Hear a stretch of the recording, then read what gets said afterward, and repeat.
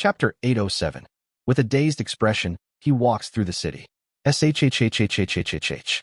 The sound of rain somehow feels pleasant. And at the end of the road he walks, letting the rain fall on him. The person he sees even in his dreams is standing there. No, perhaps it's more accurate to say she is floating. Hyangwa. With a thoroughly dried-up voice, he calls out to her. Countless thoughts whirl through his head. How? Suddenly, he feels some gaze and looks to the side. There is no one there. It seems it is just his imagination. She smiles gently. How? I became a wandering spirit, waiting for Orobioni. Surely back then.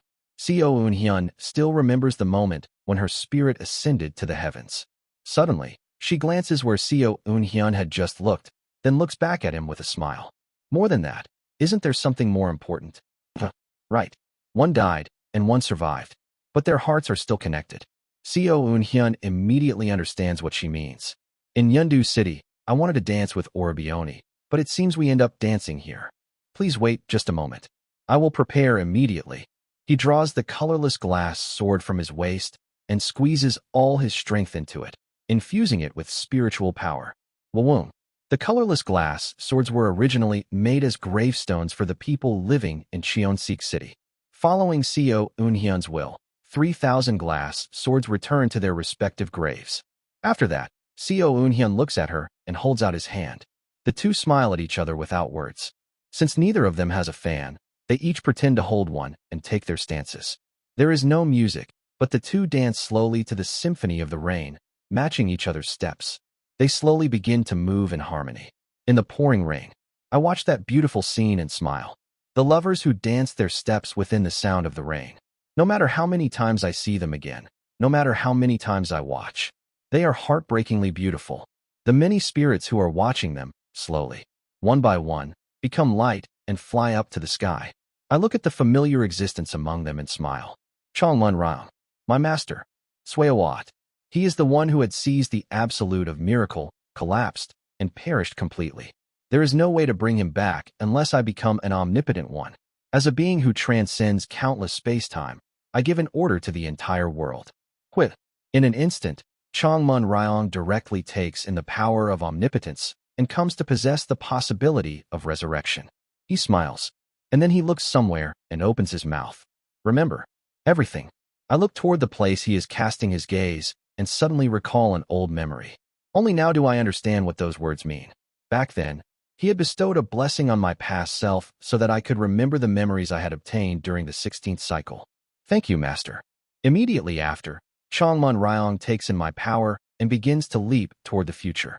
From the current point in time, it is the future, and from my point of view, it is reality. He will fly to that final battlefield where the future king died, and, by the underworld, will obtain a complete chance at reincarnation. Please go safely. Master, if I were to expend more of the power of omnipotence, I could have him revive right here and now, once more possessing the authority and true body of his prime. However, now, even the power of omnipotence is almost gone. So giving him a chance not at complete annihilation but at reincarnation is the best that I, as I am now, can do.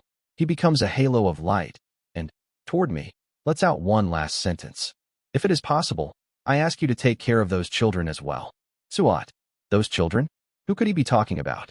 But soon, I understand right away. Womb. The one who cannot escape from the head realm. It is the prospective Haiyan Rang, Song Jin. I realize that the past Song Jin, in particular, is not able to leave this world. I see. Hong Fan is the Western Zero King. For the sake of fabricating the Creator God's humaneness, he had made it so that all later Haiyan Rang were preserved in the audience chamber and made to wait for the time when they would become offerings. Following my master's intention, I wave my hand toward the Haiyan Rang who, at the present point, would be preserved in the audience chamber. More precisely, I emit attraction force toward the countless Haiyan Rangs who, having died without attaining supreme deity, were taxidermized and fixed. Kugagagugu. Near Cheonseek City. The gate of the underworld forcibly opens, and all the Haiyan Rangs among those in the audience chamber who are taxidermized, having not managed to become supreme deities, flow into the underworld all at once. And, among them, there is also an existence familiar to me. Song Jin. Not the original Song Jin of the Nether Crossing ship, but the Song Jin I know, the archive keeper of the Black Ghost Valley in the Head Realm. He too is one who, after flowing into the underworld, could not reincarnate and was seized by the audience chamber. When I look at Song Jin, perhaps roughly realizing what kind of existence I am, Song Jin expresses deep thanks to me. Immediately after, he looks toward the east of the heaven-treading desert. That is, somewhere near the Black Castle, and with his body frozen, he trembles. Song Jin looks at me and makes a request. "Oh great being, I beg of you, there is someone I must say farewell to. So please grant me just a little more time. Strictly speaking, I am the one who took out the high-end rangs who were in the audience chamber. I am also the one who dragged the gate of the underworld down into the depths of the Head Realm so they can reach the embrace of the underworld. As I am now, I am consuming power in real time and intervening in the past to do this. So, strictly speaking, I have no reason to grant this request. There is no gain for me either. However, I smile faintly and use more power, lengthening the time that the gate of the underworld stays open. Song Jin, offering deep thanks, bows to me, and in the meantime, at last, the present Seo Eun-hyun and Hyang-hwa, at the end of their dance steps, kiss. I love you. Not being able to say these words directly was my lingering regret lodged in my chest. Seo Eun-hyun embraces her, releasing the words that have knotted in his heart. I love you too. In that way, Seo Eun-hyun realizes the hidden aspect of the Een Soul Ghost incantation. The black curse spells that have been attached all over his body begin to reverse. Even if a person's life is filled with pain and curses, if the hearts of people connect with one another, maybe that can be an endless blessing. The black curse spells reverse all at once, revealing what was hidden. Asterisk. In the ruins of the Black Castle, where Yuan Li had died, the core formation cultivators still scavenge through the remains for the treasures Yuan Li had hidden. Even when we keep searching and searching inside that nascent soul old monster's house, things just keep coming out. We almost died, but it was worth it. But where did cultivator Seo Ran go? One of the cultivators looked for Seo Ran. Not sure. He just flew off somewhere in a hurry. Maybe he found something. I really wonder what kind of treasure he found for that guy, who always has that empty look on his face, to fly off madly like that. That is curious. Well, it doesn't matter. We've gathered enough for ourselves anyway. As the chat and rummage through Yuan Li's residence, one of them senses something unusual. Wait, that's the black ghost curse banner used by Seo Eun-hyun to immobilize Yuan Li's body. From the black ghost curse banner, a brilliant white light begins to emanate. Asterisk. The sticks with black lumps hanging on it that Seo Eun-hyun planted into the ground and left behind all across the desert. The tips of the lumps hanging from those sticks start to shine pure white. And then, pot. The lumps burst open and bloom like flower buds. The blooming flowers are covered in pure white, each with 6 petals. Pot, pot, pot. Following the path Seo Eun-hyun had walked, hundreds of white magnolias began to sprout in the desert. And, following that path of white magnolias, Seo Ran flies toward the person who is waiting for him at the end of that path. And master. Seo Ran's master, who protected Seo Ran and laid down his life in the battle with Yuan Li. Song Jin, in a neat appearance almost no different from his appearance in life, waits for Seo Ran. And outside Cheonseek City, he pulls his disciple into his arms with all his strength. Master, don't make such a fuss. You brat. Are you saying I died or something? You brat. Seo Ran, who lost all his family in the battle with Yuan Li, hugging his master Song Jin, whom he has come to meet again like this, sobs loudly. I don't know how I am supposed to go on living. It hurts so much. I don't know at all what is left in my life, master. In my life, there is no one left. If even you disappear, master, then just where am I supposed to look as I move forward? Seo Ran and Song Jin. The reunion of master and disciple takes place. Song Jin looks at his disciple. Feeling the warmth of his disciple, Song Jin looks up at the sky for a moment, then looks at me for a moment, and then looks back at Seo Ran. Rana, look at me for a moment. Master. Rana, I am someone who must soon depart. Master, what in the world do you mean? Have you not come back like this? I have not completely returned. If the dead just freely come back to life into the world, what kind of chaos do you think would arise?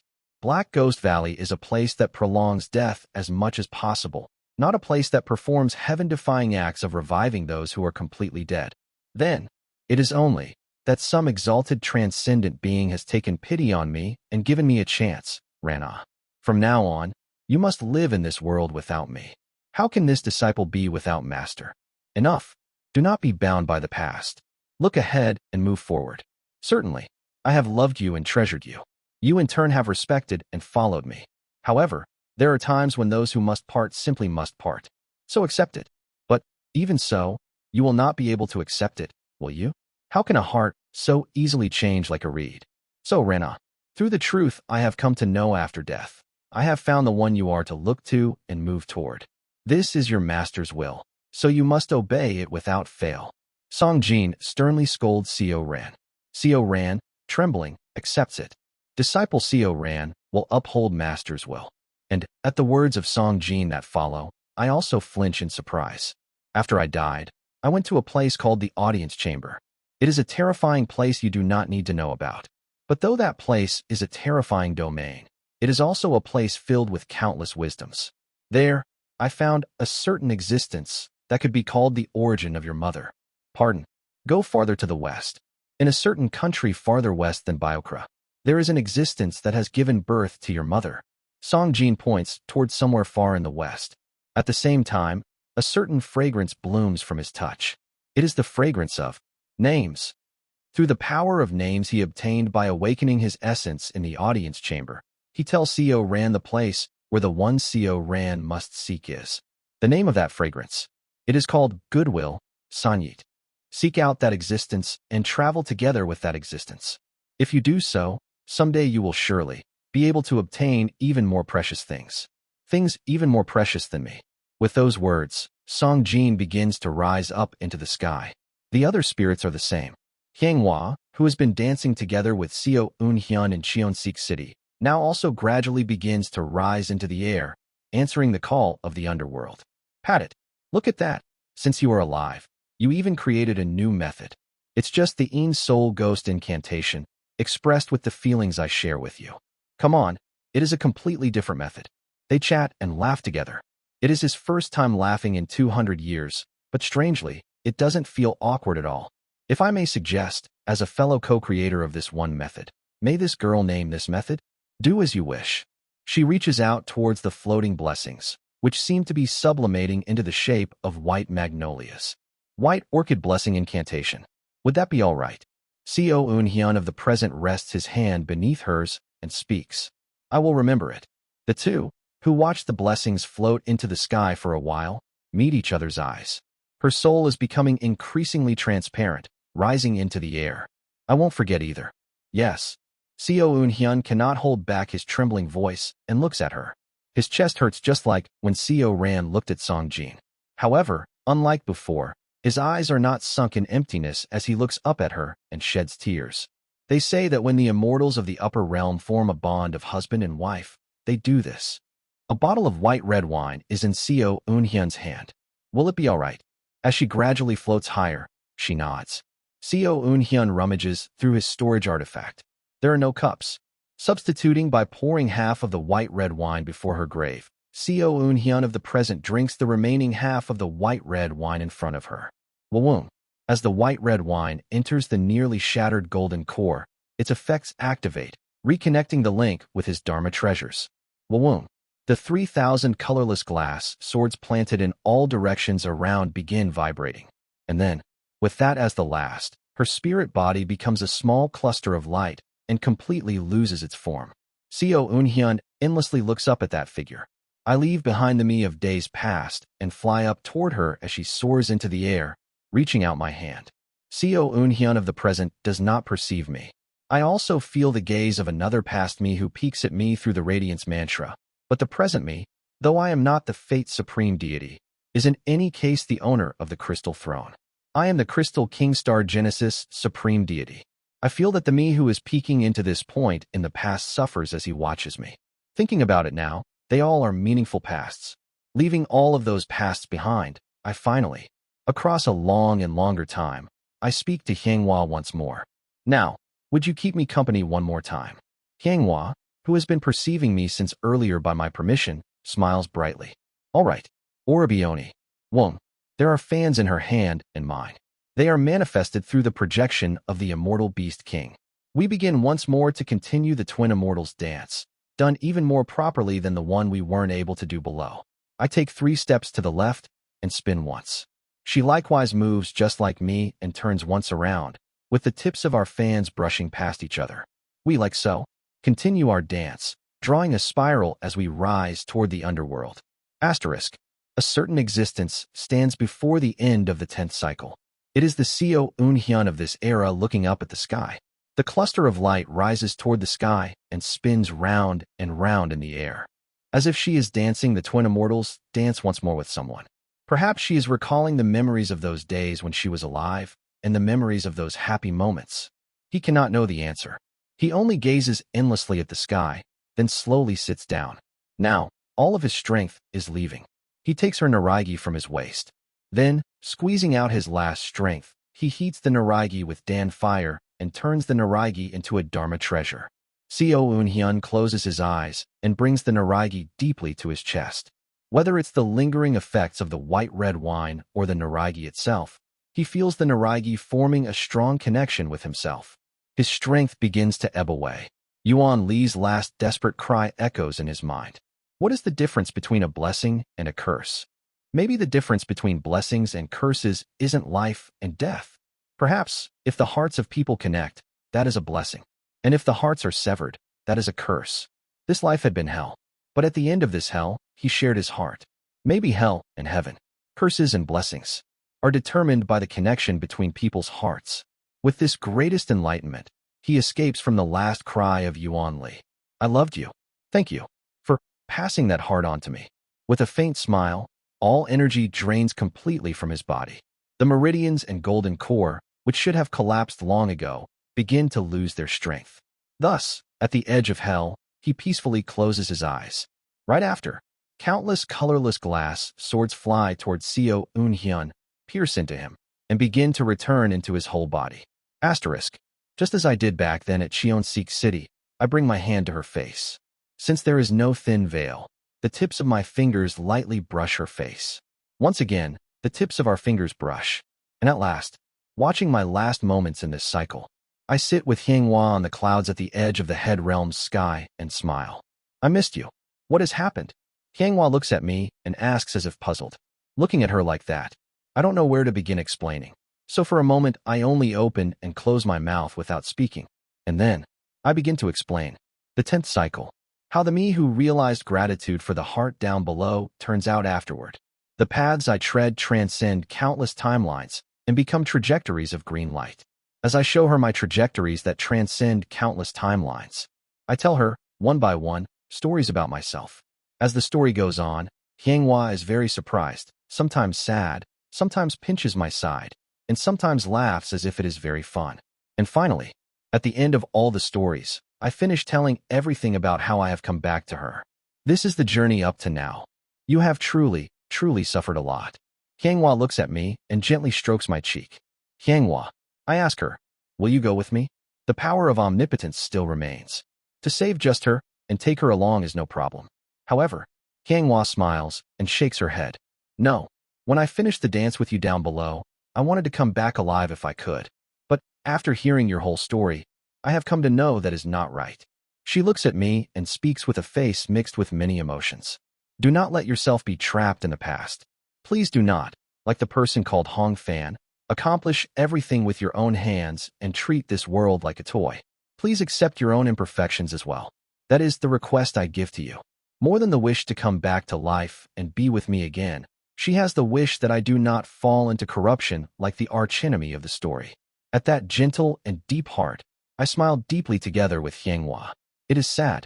The fact that we cannot be together again makes my chest feel tight. However, even so, I will accept it. Because accepting pain means that I am still imperfect. And because life is, from the beginning, something imperfect, I have already made up my mind to live within that.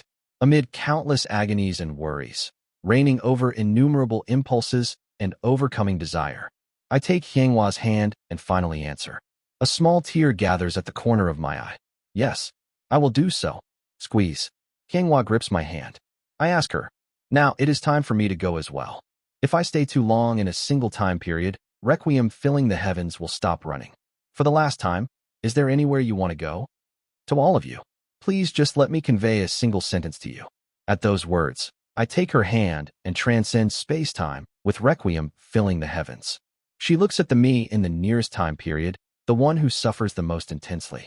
20th cycle. It is me at the point when I am being tortured by Yang Sung. She strokes the deer of Requiem filling the heavens, and, reaching toward the me of that time, makes contact with him.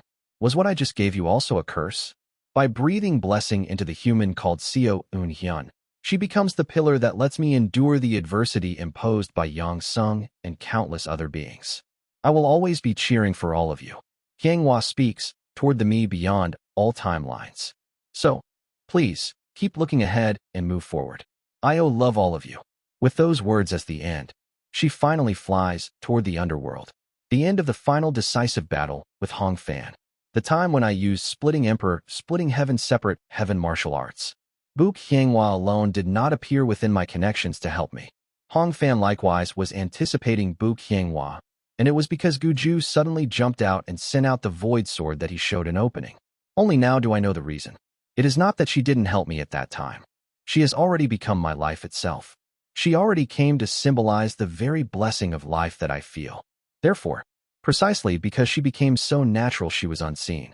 The will of blessing and love that the present Hyunghwa sends to all the me's of all the timelines perhaps settled in me unconsciously at the time I used the separate heaven martial arts. Farewell, Seo Gaga. Farewell. Looking at her, who is the true savior of my life. I truly exchange my final farewell. Someday we will meet again, because Mount Sumeru is that kind of place. But now she will reincarnate and live her life as a different existence, no longer as Book Hyunghwa. My miracle. But I must let her go, just as Hong Fan in the end, by my hand, let go of omnipotence. I too let go of the salvation called Hyunghwa and acknowledge it. If meeting is also a connection and a miracle, then parting is surely also a miracle and a connection. Someday we will meet again in another form. So now, I only let her go. Thus I, graduate from the salvation called Hyunghwa. Asterisk. Book Hyunghwa's mother.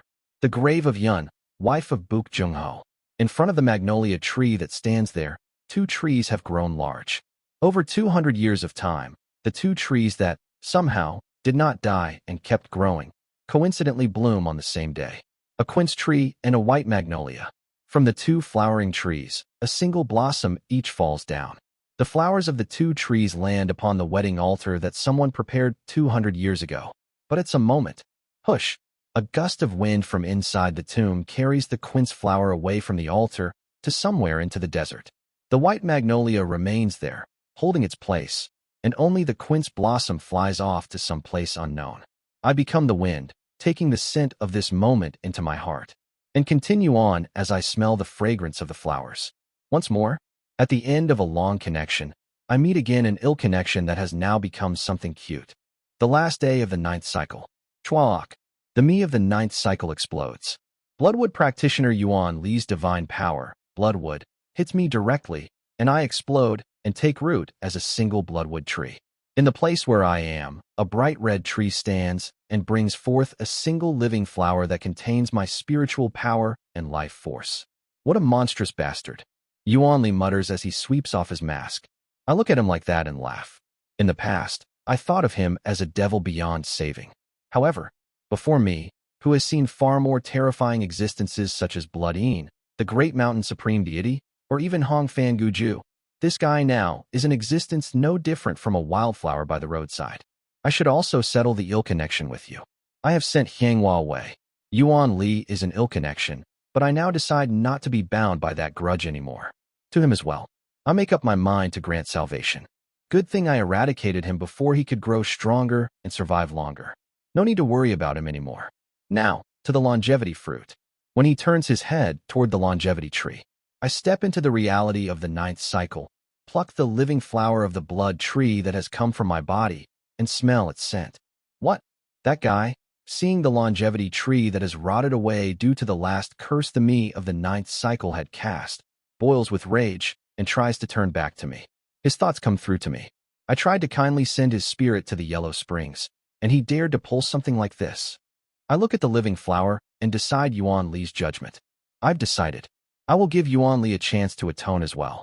If he goes to the underworld, he is someone who will burn in the karmic fire of pain for eternity amid terrible torment. Therefore, through the power of flawless mantra, I decide to immediately reincarnate Yuan Li. The guy turns back, and his complexion changes. He cannot understand how I am still standing here alive, even though he clearly killed me. What's this? I obviously. And no.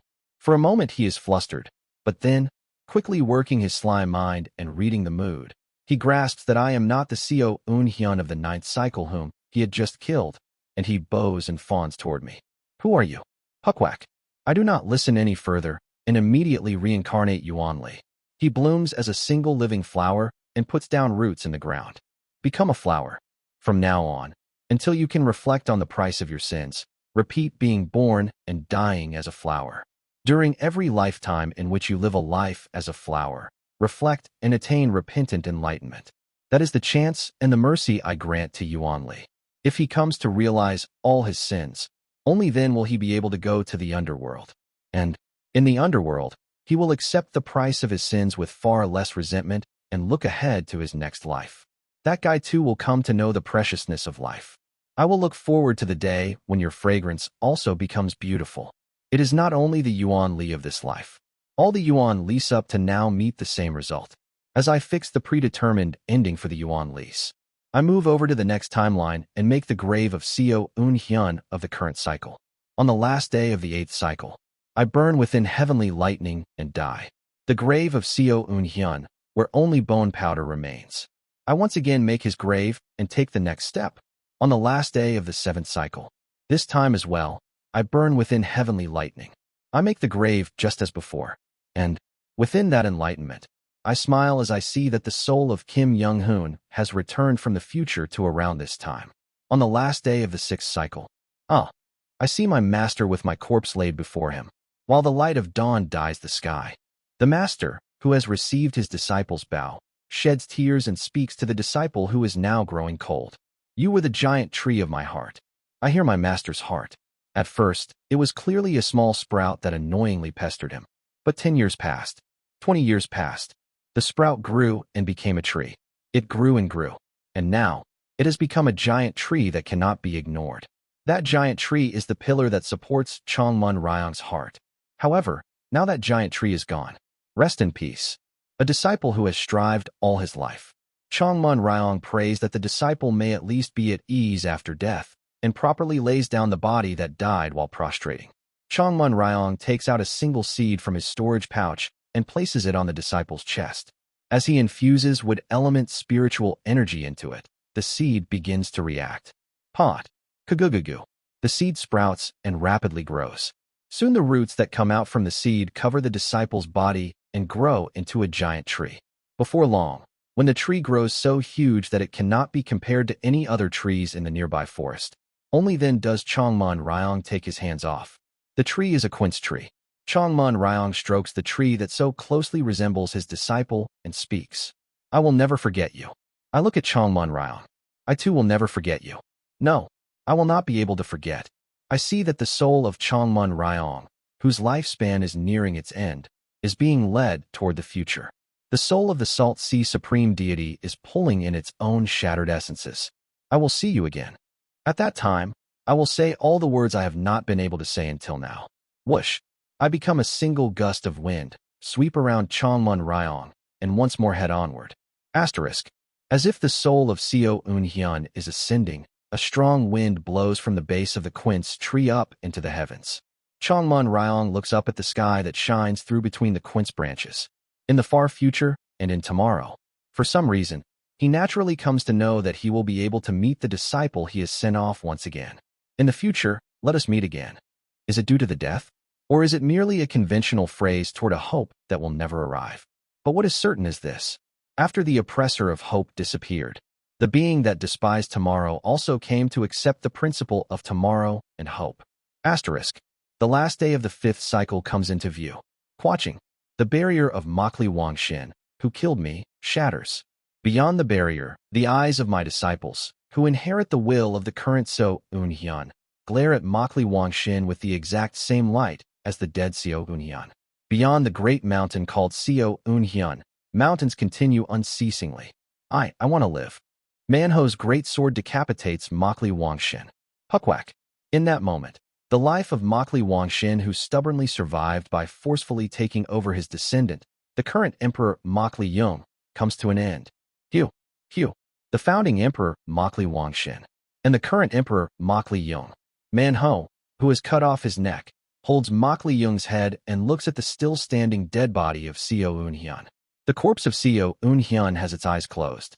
On his lips, there is a faint smile as if he is satisfied. You watch till the end.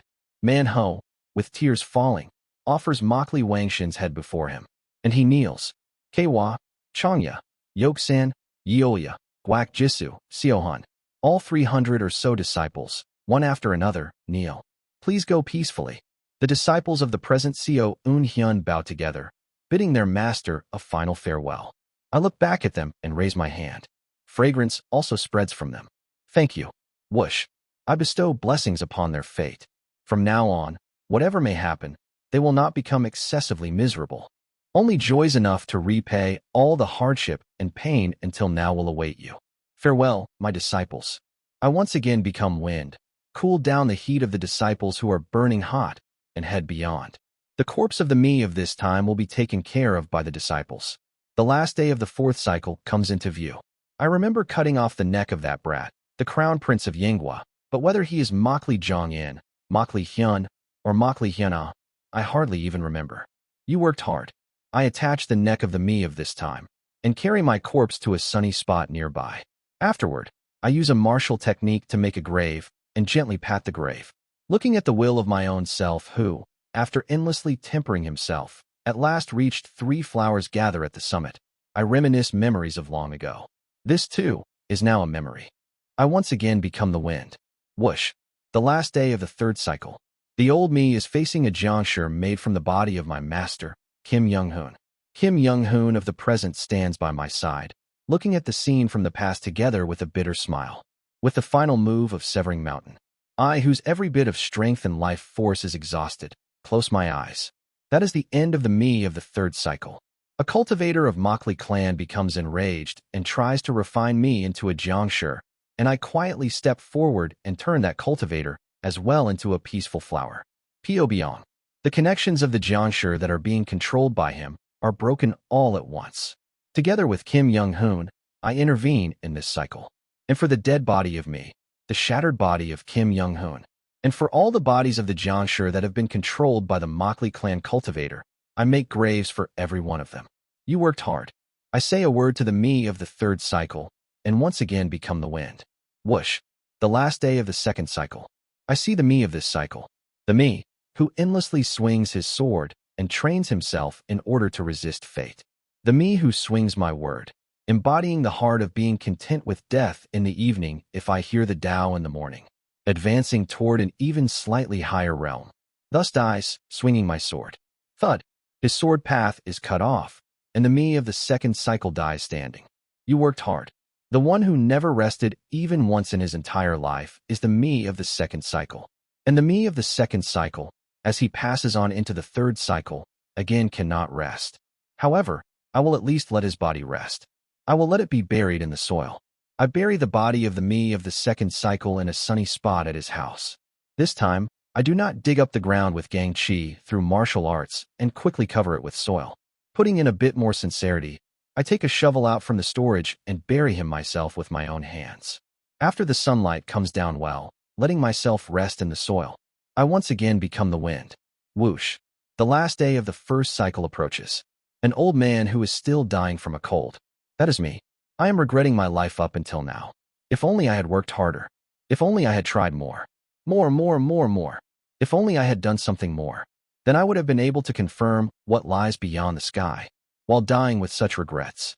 The me of the first cycle, who has lived a stubborn life doing everything he can, thus dies like that. You worked hard. I wipe away the faint tears that hang in the eyes of the me of the first cycle. Do not regret it. You surely lived a meaningful life. I look at the corpse of my first cycle self and smile. Just what meaning this smile has, even I myself cannot know. Right. Let us just say I am simply smiling. Although I received a new chance, The me of this time is still bound by the past.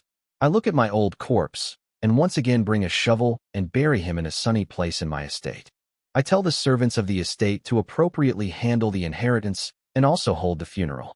Although it is laughable to hold the funeral after the burial, I have no desire to be bound by worldly customs and such. I look at the me of the first cycle, who at last has closed his eyes, then take my eyes off him. And for the last time, heading toward the beginning of my everyone, I become the final wind and fly. The power of Requiem filling the heavens is running out. The power of omnipotence now also crumbles. The creator gods of the other worlds, whom I have restored by reversing time, have also recovered considerably. At the same time, as I head toward the first life of us all, and as I move my steps toward the time period when not that much time has yet passed since we left Earth, we all fall silent. And I at last reach the place I call the 0th cycle. I reach the first life. Whoosh. The wind blows. From an old thatched house, a girl walks out. A good scent drifts out. The girl looks at me, then flinches in surprise. Who are you? That over there is Grandpa Co's house. Tuck. I pat the girl's head. Thank you for the boiled potatoes. Pardon. I am something like a distant blood relative of Grandpa Co's family. It must be cold. Go on inside. She is the daughter of the Jew family next door. The child looks at me with a puzzled expression, then, pushing through the blizzard, goes into the house. I walk toward the thatched house. Inside, the me of the 0th cycle is still coughing without his breath having yet stopped. So that the me of the 0th cycle does not get startled, I do not go straight into the house, but instead lean against the outer wall from outside, listening to his breathing as I look up at the sky where the blizzard rages. The thoughts of the first me are heard. Why? Why? Even though I worked so hard, only had things taken away from me. The thought that I did my utmost in this world. However, the thought that this world completely denied all of my best. What do you want from me? The old me of the 0th cycle sheds tears of injustice and quietly sobs on the bed. If only I had even a little more chance, just a little. He, filled with such thoughts, in the cold winter, lying on the bed with a cold, he ends the stubborn life he has continued for 50 years. Step. A black something passes me, who is leaning outside, and goes into the thatched house. It is Hong Fan. Because it is not a complete body, it does not perceive me, who is using the power of omnipotence, and is merely a record of history that moves as predetermined and performs the predetermined actions. Hong Fan reaches out his hand toward me, but in the end, he has his mind taken away due to ego preservation and ends up spitting out the radiance mantra. And thus, the consciousness of the me of the 0th cycle passes over to another timeline. At the moment when the absolute fragment and the consciousness of the me of the 0th cycle pass over beyond, only then do I slowly go into the thatched house. Perhaps because Hong Fan's body was something that was made temporarily, it simply turns into black energy and scatters, and all that is left in that spot is just me alone. I take the hand of my dead 0th cycle self and pull up his blanket to cover his face. You worked really hard. Tears fall. I don't know why. Just because. It just feels that way. Perhaps. It might be because of the promise with you, Hao Te. That promise that I will only cry with an easy heart when everything is over. Kuchihyuk. In front of the body of my first life, who died miserably, I endlessly shed tears whose reason I cannot clearly explain. It is over. Now, everything is really over. My body shakes. Without even knowing why I am crying.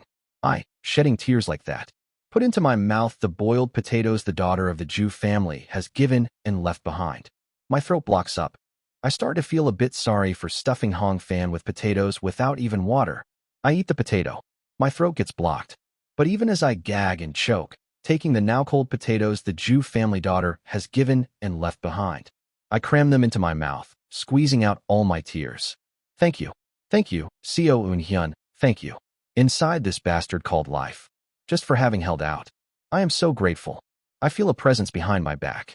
It is my comrades and the Jew family. Because my comrades are at a higher plane, the Jew family cannot notice them. However, they all stand together in one place, looking at me with worried eyes. And they come up and pat my shoulder. My comrades, all with expressions that are a little stung without saying anything. And the Jew family also with equally complicated faces. Are you the son? You look exactly the same as that old soap maker when he was young. Mr. Jew speaks as he wipes away his tears. Well, not knowing what I should say, I open and close my mouth. And I answer, something like that. Because the me of now, in the end, began from the me of this time. Mr. Jew, perhaps thinking I have complicated family relations, clears his throat and speaks. Well, with it being this cold a winter, it'll be hard to bury him. What should we? Swaya. By my will, the sky changes. The winter weather loosens all at once, and clear weather and sunlight instantly shine down on this Lianshan city. Up. Mr. Jew, with a slightly dazed face, looks up at the sky together with his wife and daughter. I speak to them. I will offer compensation, so I hope you can help a little with this person's funeral. What a wonder. The sky suddenly cleared. Does snow usually melt this fast? It is the marvel of heaven. It seems old man Seo is a man with some blessing after all. Mr. Jew, amazed by the wondrous phenomenon, sticks out his tongue and nods. Compensation is not necessary. I will make you plenty of soap. That is something I do need a bit. If you give it, I will gratefully accept. But even without that, I was already planning to bury old man Seo once the weather warms. After all, we were neighbors living next door who truly shared thick and thin together. I look at Mr. Jew and smile. Thank you. Without using spells or martial arts, I, together with Mr. Jew, build the coffin with my own hands. A few days pass. For a few days, I slightly twist the celestial energy and wait for the ground to thaw. And then, I place my corpse inside that coffin. In life, he liked going up that back mountain to gather medicinal herbs. He often made and drank herb liquor too. On the path where he went to pick herbs, there is a rock where the old man often sat to rest. Yes, I know where that is. Let us bury him there. The old man will probably be satisfied. Yes, he will surely be satisfied. Truly. Like that, I, together with Mr. Jew's family, carry the coffin and go up the back mountain. After some time, midway up the path on the back mountain where I went to gather herbs, behind the rock where I often sat and rested in my first life, there is a sunny spot. I, together with Mr. Jew's family, make a grave site there. I do not use martial arts. I do not use chi, either. I make the grave site purely by shoveling, and after placing the coffin into the grave, I heap up the mound. Old man, you worked hard. Rest now. Mr. Jew, together with his family, bows toward my grave. As I watch them bow to me, I feel a fragrance. And I recall the fragrance that Song Jin spoke of, the fragrance of names, the scent of goodwill. After they finish all the funeral rites, the Jew family turns to look at me. Your household is... I am only in a relationship somewhat like kin to the deceased person. In any case, I hold the rights regarding that person's property. I mention the several patches of land I bought in my first life, the seed soy sauce that was in my house, the herbal liquor, and various other sauces and foods. After mentioning the few coins as well, I speak to Mr. Jew. Please take it all. It is the funeral cost. No, we already got plenty of soap while making the coffin. Please accept it. Your daughter will have to prepare her dowry someday, and it will help at least a little. HRRM, this is really. Because the Jew family is also a struggling household just the same. In the end, Mr. Jew does not refuse my offer and takes the rights to my house and everything inside it. I breathe fate into my house, and, as I pat Mr. Jew's little daughter's head, I ask, "What was your name?" "I am Jew Sue Ryan." "I see." Sue Ryan answers me with bright, clear eyes. I can tell at once who she is, and I can also know what the identity of this fragrance is, the fragrance of infinite goodwill that she holds in her heart. She is the seed holder of good, one of the 5 blessing immortals in her previous life, whom vast cold brought with them to give happiness to the heavens. Remembering the pure goodwill that child showed me in the past life, I smile. Be happy. Yes. In the 0th cycle, I pour out fortune and virtue upon Ju Sue Ryan. It is a fortune and virtue such that, perhaps, she will pick up some herb by the roadside and eat it and gain spiritual roots, or by playfully making a neighborhood friend eat dirt, gain an indescribable heavenly body, and even ascend. I do not know what choices this child will make or how she will use the fortune and virtue, but what is certain is that she will use them for good. And I shout once more to the Jew family as they go down the mountain. The boiled potatoes, thank you very much. They wave their hands at me. I look at them and smile. After they disappear, I sit in front of my grave. I gave all the property of the house to them, but I brought 1 jar of herbal liquor. I pour the herbal liquor into a cup. The countless things of the past, the many connections and the events that came from those connections come to mind. Before I realize it, My comrades materialize behind me and sit down. I slowly pour the herbal liquor rippling in the cup onto my grave. A lot happened. Hong Fan wanted to rest. Perhaps. Maybe I am the same. Only, so many things that happened within the great miracle called life made me move, so I simply have not been able to rest. However, at any time, I was able to choose according to my own will. I chose not to rest, and I have come all the way here. Yet, it is always true that too much is as bad as too little. Hong Fan, to the very end, chose not to rest. He chose not to become happy. He might have thought he had no qualification. But if so, who grants that qualification? The heavens? The earth? The connection of people? A person's life is a miracle. Everything is so worthy of gratitude and so precious. Because everything is equally something to be grateful for. There is no correct answer in this world. Because everything is the right answer. So, we cannot know who gave qualifications to this thing called life, and what choices they have continued to make. In life there is no right answer, no truth, and nothing complete. Only, while the incomplete ones ponder about such things, they rejoice, grow angry, feel sorrow, feel pleasure, love, hate, and yearn for one another. Therefore, no one has the qualification or the responsibility to decide such things for anyone else. Perhaps there are those who think that even my wishing for happiness is something I have no qualification for. But, even if I have no qualification, from now on I will choose happiness. I am going to experience this thing called rest. Since I have been running without resting, I am going to live while resting, even if it is inconsistent. That will be a life filled with imperfection. In truth, I don't even need all these various reasons. It's simply that now, I just want to rest. Just because. That is the most straightforward way to explain this thing called the heart. An answer that seems more insincere than anything else. But, if a person's heart truly reaches the root of the Tao, then following that heart is the true Tao. Immortal cultivation is a journey to seek the Tao. You've worked hard, Co Eunhyun. So, this, just because, is perhaps the answer that lies at the end of immortal cultivation. Now let's rest deeply. Talk. As I pour the very last drop of herbal liquor onto the grave, I stand up. All of us, together with the deer that has been waiting for us, we begin to move toward our home star, toward the era in which we have been living. We are immortals who grew up on Mount Sumeru. But now, we are people who go down into the mundane world to once again seek the roots of our hearts. We are people of civilization. I am Co Eunhyun. I am Co Eunhyun, who is going to return to a civilized society. A Regressor's Tale of Cultivation, Wuigui Shu Shanchan, End 1. Chapter 808, Afterword. Hello, dear readers. This is tremendous. After a long and longer time, a Regressor's Tale of Cultivation has come to an end. Truly, I feel both light and strangely wistful deep in my chest. While writing this, I think I had fun.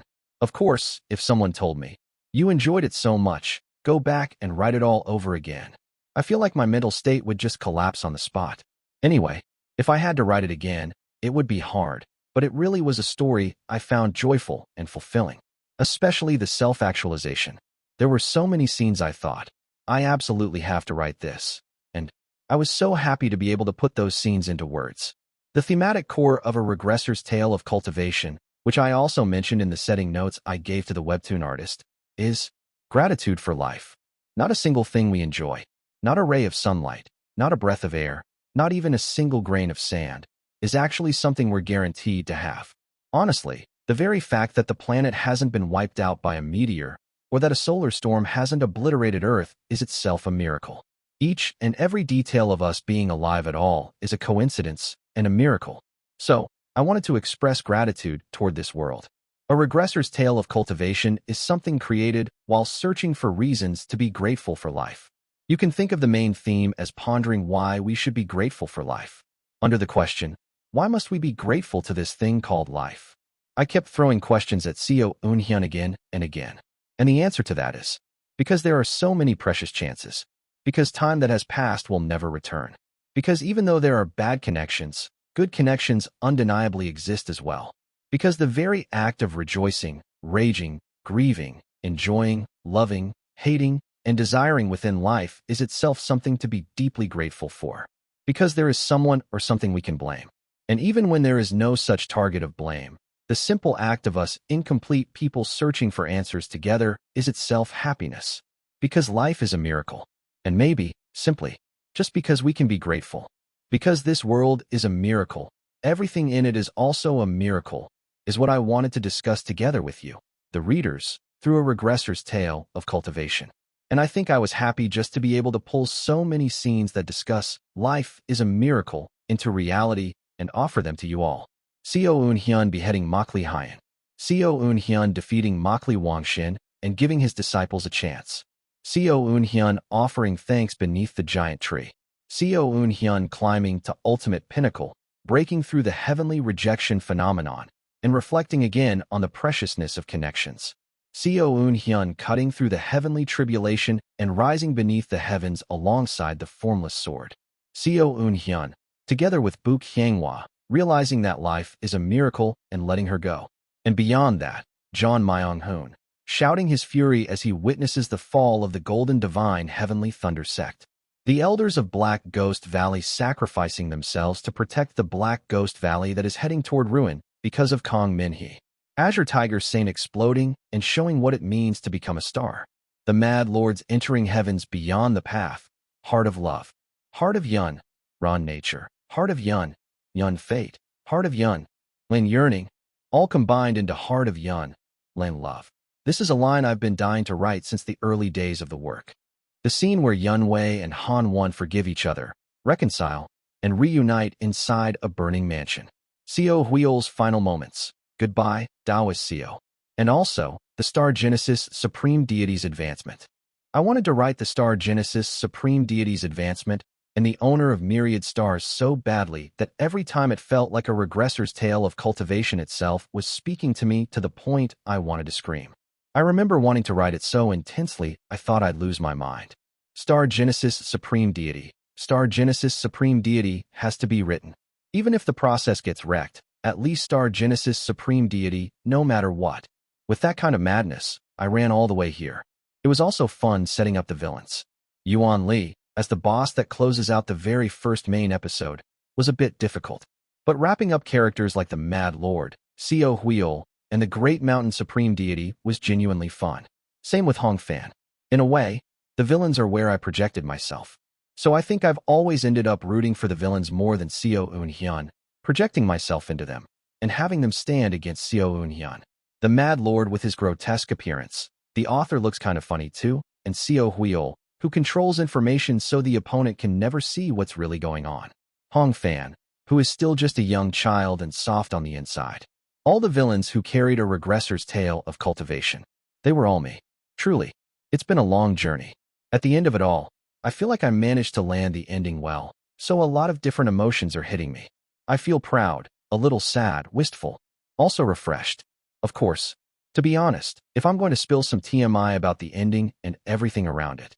In the early stages, a regressor's tale of cultivation did not have its settings and details, its ending, or its final boss so clearly defined like they are now.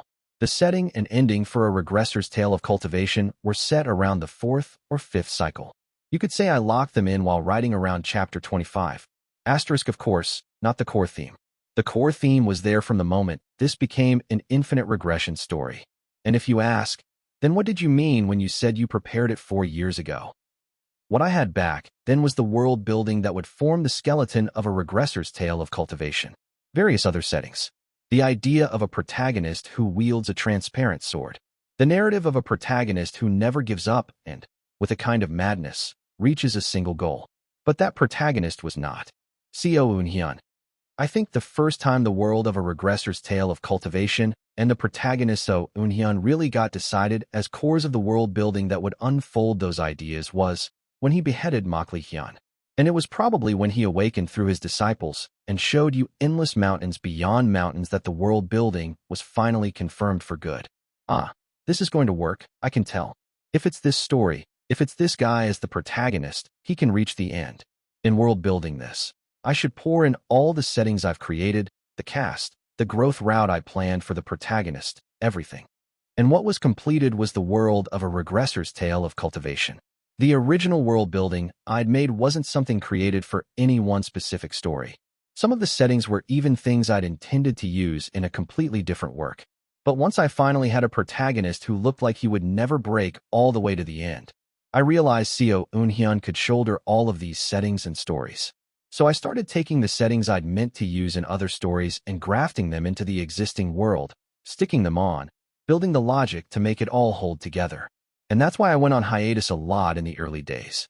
Early readers will know this. Before the series went paid, my release schedule was a total wreck, and I went on week-long breaks, then just dumped chapters on weekends. It was a mess.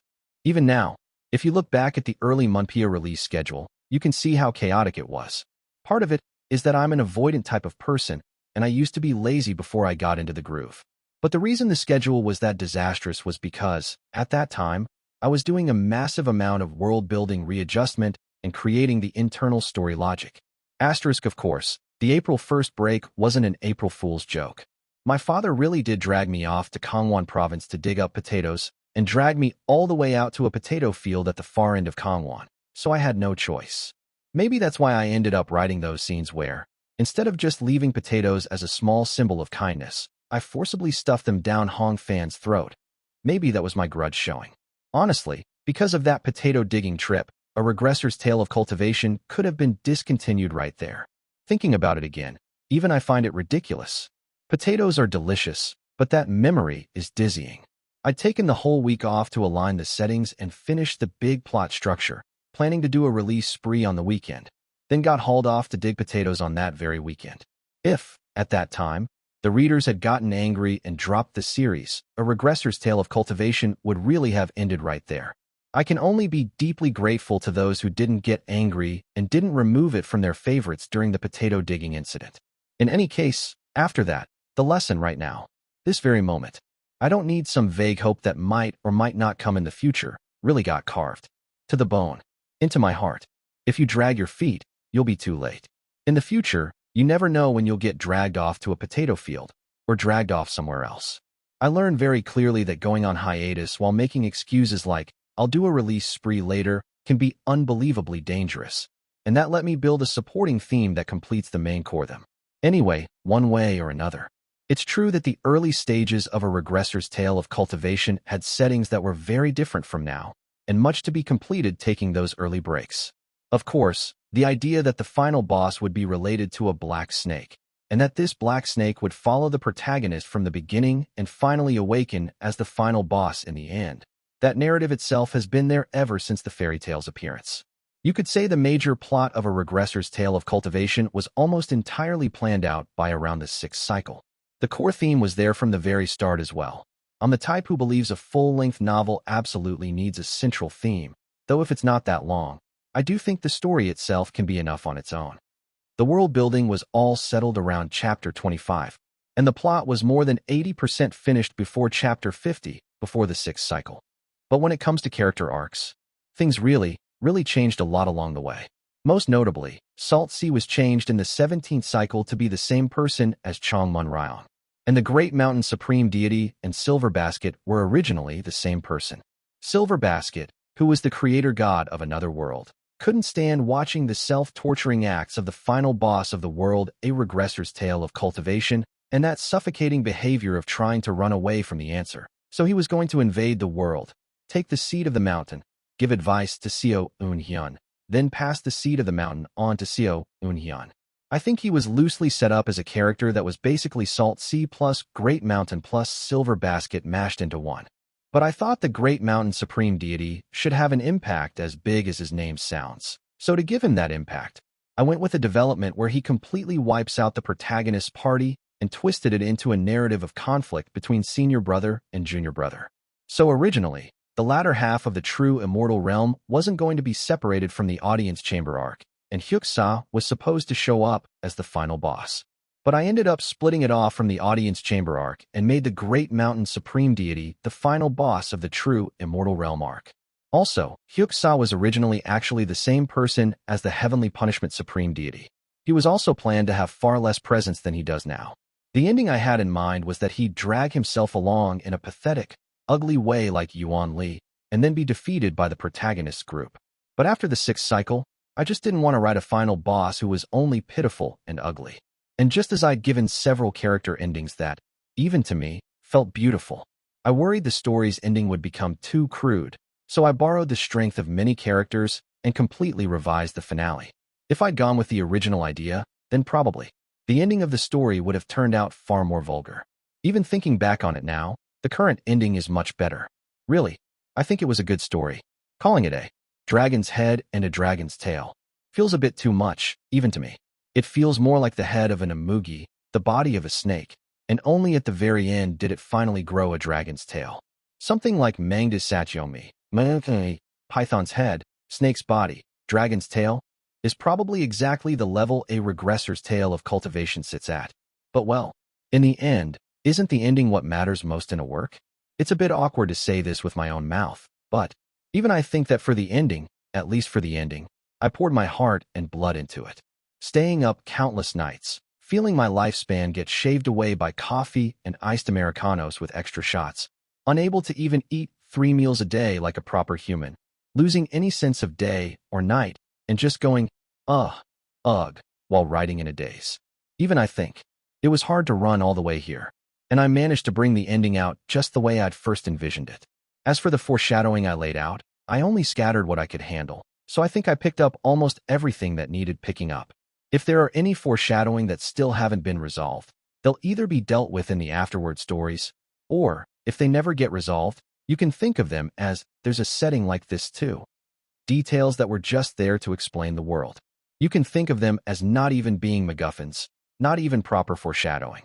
Oh, of course, there are real MacGuffins like Old Man Eom of Changyan Library, but well, TL/N, Eom Changyan means tremendous.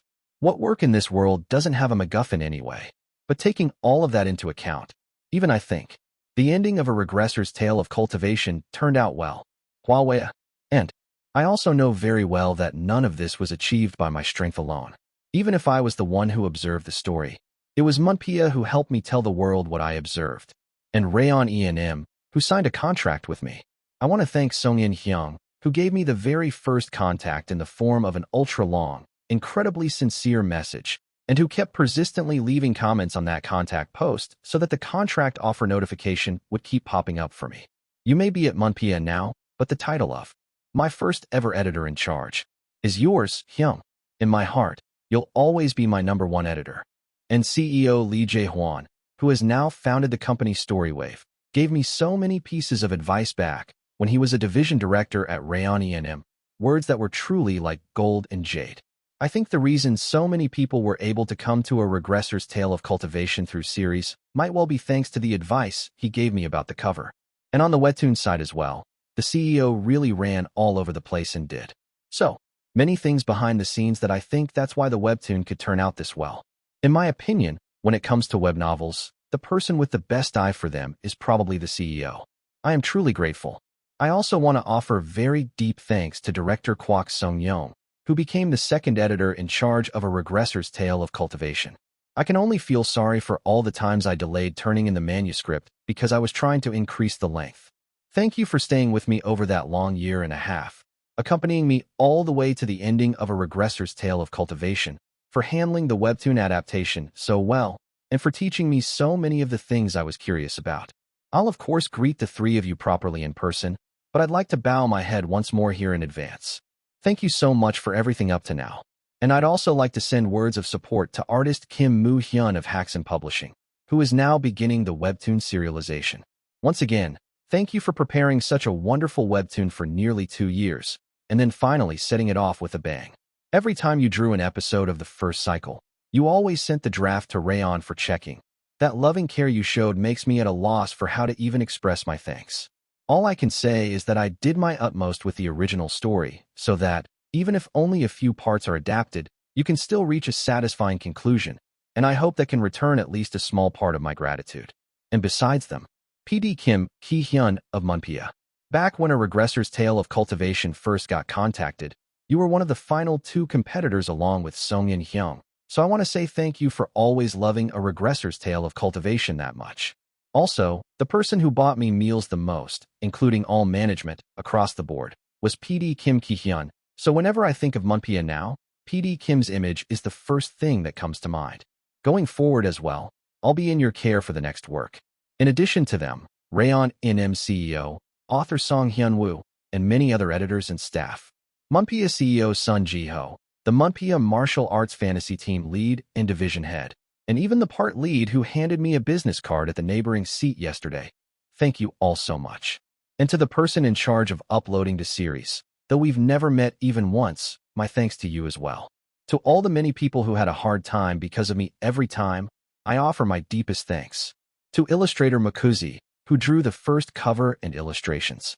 To illustrator Sadir, who drew the second and third covers and illustrations. To illustrator Phalos, who drew the character illustrations. To all of you, I bow my head in gratitude. The illustrators helped immensely in conveying the images of the characters of a Regressor's tale of cultivation to the readers. And lastly, illustrator Phalos, really, I want to thank you for gifting me with an unbelievable quantity of absolutely incredible fan art. True to your nickname, you're the Tengwa Heavenly Venerable. Thank you. Beyond those illustrators, countless other illustrators drew fan art of the characters of a Regressor's tale of cultivation. I can only be so thankful that you chose to display such golden-handed skill here, on this work. I have nothing I can dare offer all of you except the words, thank you so much. No matter how much a writer is the one who observes the story and brings the tale into reality. The number one reason a Regressor's tale of cultivation was able to come this far is because the readers were there. I was able to serialize it because there was a platform. I was able to monetize it because of the management. And I think it became known because of the illustrators and the golden hands of so many people. Thank you, and thank you again. Thanks to everyone. A Regressor's tale of cultivation was able to come into the world. Thank you. And with the 25-year commemorative tremendous author avatar comic drawn by illustrator Phalos, I'll offer my thanks and bring this to a close. Someday, a few epilogues and side stories will go up. And we'll meet again, also someday, perhaps, in the next work that might come. I love you. Chapter 809, Afterstory 1, Guju. Wee. A snowstorm rages. A cold winter day. A boy drags his cold body home. The boy, who went to the riverside to catch fish, returns empty-handed. Today, it is far too cold. The river is frozen to an abnormal degree, so frozen that even his body, warmed by his breath, cannot melt it. Mother, I am sorry. Tomorrow I will definitely bring something to eat. The boy, resolving that tomorrow he will, no matter what, somehow bring food for this mother, steps into the house.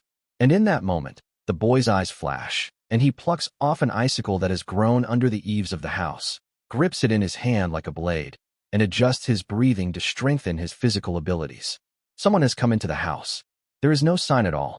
With the boy's physical abilities, he can sense everything within a radius of 3 zhang. This is because the sound of breathing, or something that should be called breathing, can be heard. However, the something in front of his eyes has no breathing that can be heard at all. No, leaving that aside, it does not give the feeling of a corpse either. The existence in front of his eyes has the appearance of a woman, wearing golden clothes. She seems to be someone of high status, as if she is an existence that has come from another world. When he sees the woman's face, unlike his body, which instinctively takes an attacking stance, his face turns red. He does not know why. She is just so lovely. Come in. I have not come to harm you. The boy looks behind the woman. In the house, there is fire. The whole room looks to be hot. There is also the smell of warm food. His stomach growls and clamors for rice. But it is strange. From the chimney, no smoke is coming out, but the house is warm. The boy knows what kind of breathing the existence called fire has, what sound it makes as it burns, and what feeling it gives off. However, inside the house, he cannot feel the existence of fire. It is bizarre. It seems as if a Yaoguai, wearing a human appearance, has entered the boy's house and is tempting him. Should I cut down the whole house with it? Is the woman in front of his eyes a Yaoguai or not? If she is a Yaoguai, he has the resolve to cut her together with the whole house, then tie the breathing that resides inside the boy to his own life, burn it all away, wound her, and kill her. However, the problem is that his mother inside the house. With the door open, your mother will feel cold. Please come in quickly.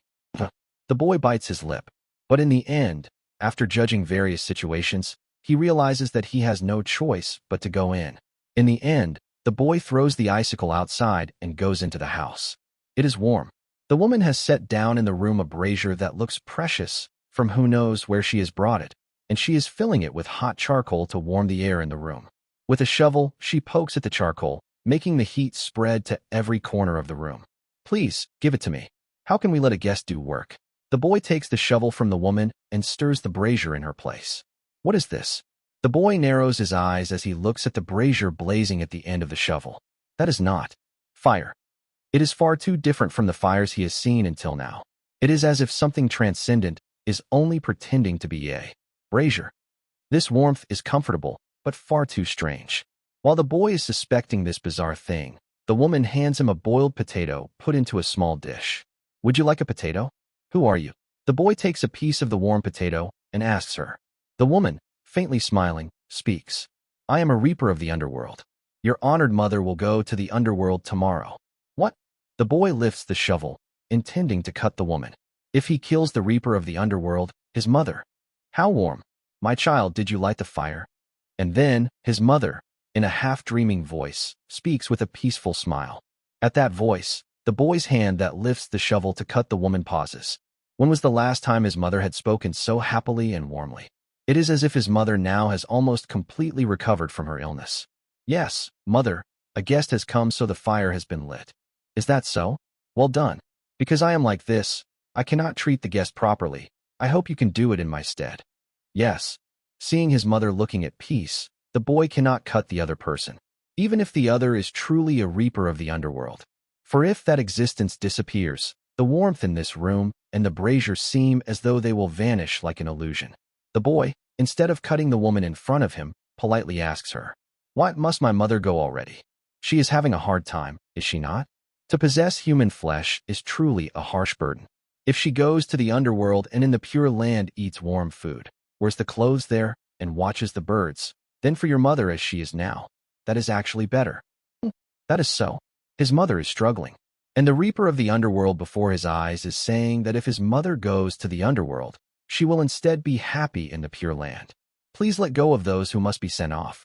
I dare say, your mother, in this life, has lived in hardship and yet has cared for you with affection. To bestow compassion on another, even if that is only one's own family, the act of bestowing compassion alone is merit. Therefore, your mother will go to the pure land and live happily. Is that so? Must he send her off? His mother? If she truly goes there, will she really be able to live happily? Various thoughts circle around in the boy's head. And in the end, the boy has no choice but to make a decision. By continuing to analyze the reaper of the underworld who has come into the room, he is able to know. The boy as he is now can never defeat the reaper of the underworld. And more than anything, did the reaper of the underworld not personally come to tell the boy of his mother's last moments, made the house this warm, and even steamed potatoes for the boy? Gulp. The boy takes a bite of the potato given by the reaper of the underworld. Drip, drip. The boy cries. My throat is blocked. Would you like some tea? The boy accepts the tea the reaper of the underworld offers and drinks it. And he takes another bite of the potato. Would you happen to have salt? I thought you did not like salt, so I did not season it. But instead, I have seed soy sauce that I brought from the house of someone I know, so have at least a little of this. The reaper of the underworld pours the seed soy sauce into a small saucer and hands it to the boy. The boy eats the seed soy sauce together with the potato and sheds tears. Thank you, reaper of the underworld. Not at all. Please eat comfortably. Those warm words. A warmth just like his mother's. In front of the reaper of the underworld wearing golden clothes. That day, the boy cries his heart out as he accepts and eats the potatoes. And the next day, the boy, following the reaper of the underworld's advice, does not go out of his way to catch fish and stays by his mother's side. As for food, the reaper of the underworld brings various sauces and pastes and rice from who knows where and cooks simple dishes for them. Saying that for some reason salt is not prepared, she cooks using only seed soy sauce from who knows where. But each and every dish is so delicious. The boy feeds his mother food for the last time and lets her sleep deeply in the warm room. After some time, the reaper of the underworld comes to the side of the boy's mother and calls her 3 times.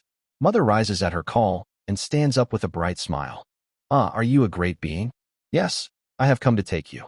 What is to happen to me now?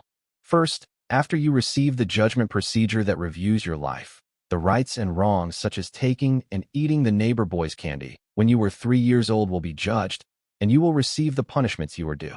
But your sins are not that heavy, so in about 7 days and nights, all your faults will be washed away. At that time, You will head to the Pure Land and enjoy all the pleasures you could not enjoy in this life. At those words, she looks at her son. Guju, I am sorry. This mother has to go first. Mother, mom. The boy. At those words, Guju finally cannot endure it, runs to her, and throws himself into her arms. Do not be sad, Guju. This mother will go up to the heavens and watch over you. Please grow up bravely. Mom, don't go, Mom. Guju clings to his mother, crying loudly. Guju's mother, seeing him like that, looks at the Reaper. The Reaper, seeing her like that, speaks to Guju. If that is truly what you wish, each month when the full moon rises, scoop up a plate of clear water and call for me. Then, at that time, I will specially deliver letters from your mother who is in the underworld. It is not that you will never be able to meet your mother again. I will let you feel your mother's warmth at least through letters. Guju trembles. Pot. The Reaper of the underworld opens the door of the house. Beyond that door, an extremely bright and beautiful world is spread out. Surely this is the place his mother is to go. Do not worry too much, Guju. You will surely be able to do well. I will watch over you. And the Reaper as well will also surely. His mother is wrapped up in that light. A little later, seeing his mother completely engulfed in the light and vanished, Guju breaks down sobbing. Now, in this world, he is alone. Guju sobs bitterly. His mother is gone, and he, in this cold winter. He is abandoned in this world where there is no one. And at the side of that little child, a girl wearing yellow clothes comes and watches over him. Hey, get up. Guju, in a daze, looks at the girl. Somehow, she is a girl who strangely reminds him of the Reaper of the underworld who just took his mother away and disappeared. But at the same time, she also gives the feeling of a country child similar to Guju. A fragrant scent comes from her. It also seems like the scent of peach blossoms his mother once told him about. Who are you? I was sent here by a high one. I was told to help with holding your mother's funeral and to teach you letters so that from now on you can receive your mother's letters. Guju can tell. It is the Reaper's consideration. Thank you. She looks only a few years older than he is, but to Guju that girl feels incredibly reliable. Thanks to her existence, Guju quickly recovers and is able to finish his mother's funeral. I do not know how I should express my thanks if you would tell me your honorable name. Is that what is important right now? Look at the state of this house. Hey, I will help with tidying the house, so you, from today on, repair the house and get some food. I will chop firewood and patch up your torn and loose clothes. I will cook too, so you at least twist some straw rope. You have to think about next spring. And starting today, in the time you have left over, you will learn letters with me. In the underworld, your mother will also learn letters and send news of how she is. If you want to stay in touch with your mother, get moving, quickly. In the end, unable to withstand the girl's pressure, Guju stammers and gets to work. He repairs the crumbling walls of the house together with the girl. And, just as the girl teaches him, he searches for and digs up the roots of plants that can be eaten even in winter, or peels off tree bark and boils it to eat. They are things without taste, but once they pass through the girl's hands, every one becomes something he can eat. The girl mends Guju's old clothes, and in the late night, she lights an oil lamp and teaches him letters. And half a month later, the girl tells Guju that a letter has come from his mother and passes it to him. Guju is still not familiar with characters, so he cannot read, but the girl seats Guju on her lap, hugs him, and reads the letter to him. Guju, feeling warmth, he listens to how his mother is doing, and he comes to know that the place called the underworld is not somewhere to be feared. He realizes that death too is not something to fear or to only be sad about. Like so, several months pass. The boy learns letters to some extent, and now he becomes able to slowly read by himself the letters from his mother that the girl delivers. And spring arrives. The weather eases and becomes warm, and the girl digs up spring greens and prepares meals. And, from who knows where she gets them, she brings seeds and teaches Guju how to farm. Let's plant the seeds, give them water and fertilizer, and try raising them. Good results are surely waiting for us. As she says, Guju follows the girl's words, clears nearby land, and sows the seeds. The clearing is not difficult either. If he regulates the breathing he has done since the time he was born, it is not hard to exert strength like an ox, even with his young body. Guju clears the land while receiving the girl's claps and praise, and he endures spring while eating the spring greens the girl digs and the various spring foods she brings after going around the mountain here and there. In summer, the days become hot and there is nothing to eat. But the girl goes to the noble household and teaches him how to sell his labor. The two of them go around here and there, sell their labor, and, by receiving wages, are able to make a living. This is possible because the girl is versatile and because Guju can possess immense strength through his breathing. And autumn comes. In autumn, at last, the seeds that Guju and the girl sowed bear fruit. Only when autumn comes does Guju understand what it is to be full. After finishing the harvest together with the girl, his belly is full. Only when autumn comes is he able to completely shake off the shadow of his mother's passing and fall into a happy sleep in the girl's arms. Together with the girl, he prepares to pass the winter with the harvest obtained in autumn. And when winter finally comes, this time he is able to get by without being as miserable and hungry as last winter. This winter, together with the girl in the room, Guju spends the nights staying up with stories of all kinds of exotic countries and worlds that the girl tells him about, or with stories about immortals, and his body and heart grow up abundantly. And spring comes again. Spring, summer, autumn, winter, and then spring once more. The 4 seasons continue on, and Guju grows. The girl grows as well. At some point on, Guju's mother stopped sending letters. Guju also takes it as natural. Even in the last letter, his mother said she is doing well. While wearing black sunglasses and strange clothes, eating a strange snack made from a crop called corn, put in a red bag. She attached to the letter and sent along a drawing called a photograph of her eating something delicious together with the Reaper from that time. He does not really understand it, but anyway, because his mother's appearance in the picture called a photograph looks strangely happy. He is now free from his mother's death. The boy Guju becomes a young man, and the girl who takes care of him also becomes a woman. On some bright spring day, one morning, Guju proposes to the woman. The woman seems to be gathering and steadying many emotions, and only when evening comes does she finally accept. The two become husband and wife. My name is Bonghua. She, blushing as she is held in the arms of Guju, who is now her husband, reveals her name. From that day on, Bonghua and Guju, as husband and wife, continue on a happy life. Once again, life repeats without end. Guju's farming goes better and better as the days go by. They also come to have a child. Before he knows it, Guju decides to leave the house where they have lived for a long time and go to the city. It is because a stretch of good farmland along the river beside the city caught his eye.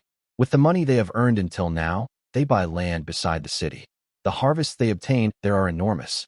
As the days pass, the wealth of Guju's household increases, and by the time he grows old, he becomes one of the most prominent rich men in the city. Everyone in the city says so, that there is no one who grew his wealth by working as diligently as Guju, that a person that diligent definitely deserves to have that kind of wealth. After he accumulates a certain amount of wealth, Guju, together with his wife Bonghua, also sometimes engages in activities that help those who go around starving. He gives alms to beggars. Among the beggars, in particular, a beggar who is a cripple with no legs also comes into Guju's house and is given meals, and Guju finds that the sound of that leg cripple loudly praising him is something he enjoys hearing so much. Guju lets the crippled beggar live in his house. The crippled beggar becomes a conversation partner for Guju as he grows old. He performs all sorts of miscellaneous things that can be done by hand in Guju's house and devotes his whole body in service for Guju, who has become his master.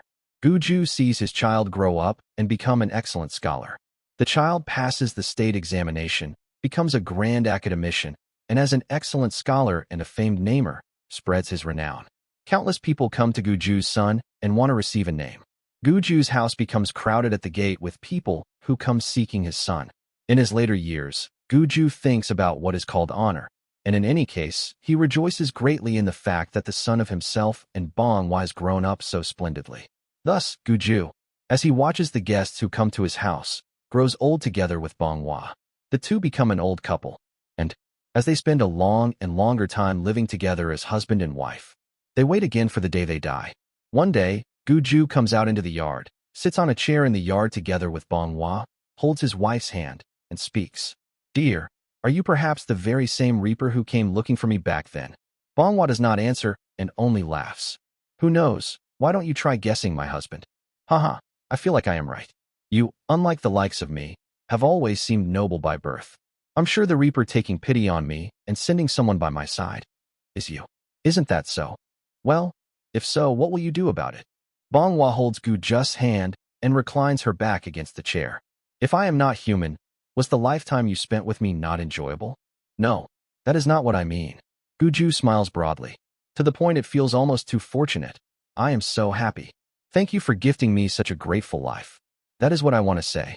What a foolish man. You should have said that earlier. Looking at such a Guju, Bonghua, as if she feels proud.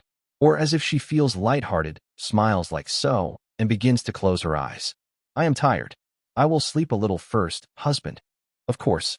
You have worked hard. Hardly a hardship. I will see you tomorrow morning. See you in the morning. With those words, Bonghua closes her eyes. Guju knows. His wife is dead. Guju's chest is hot.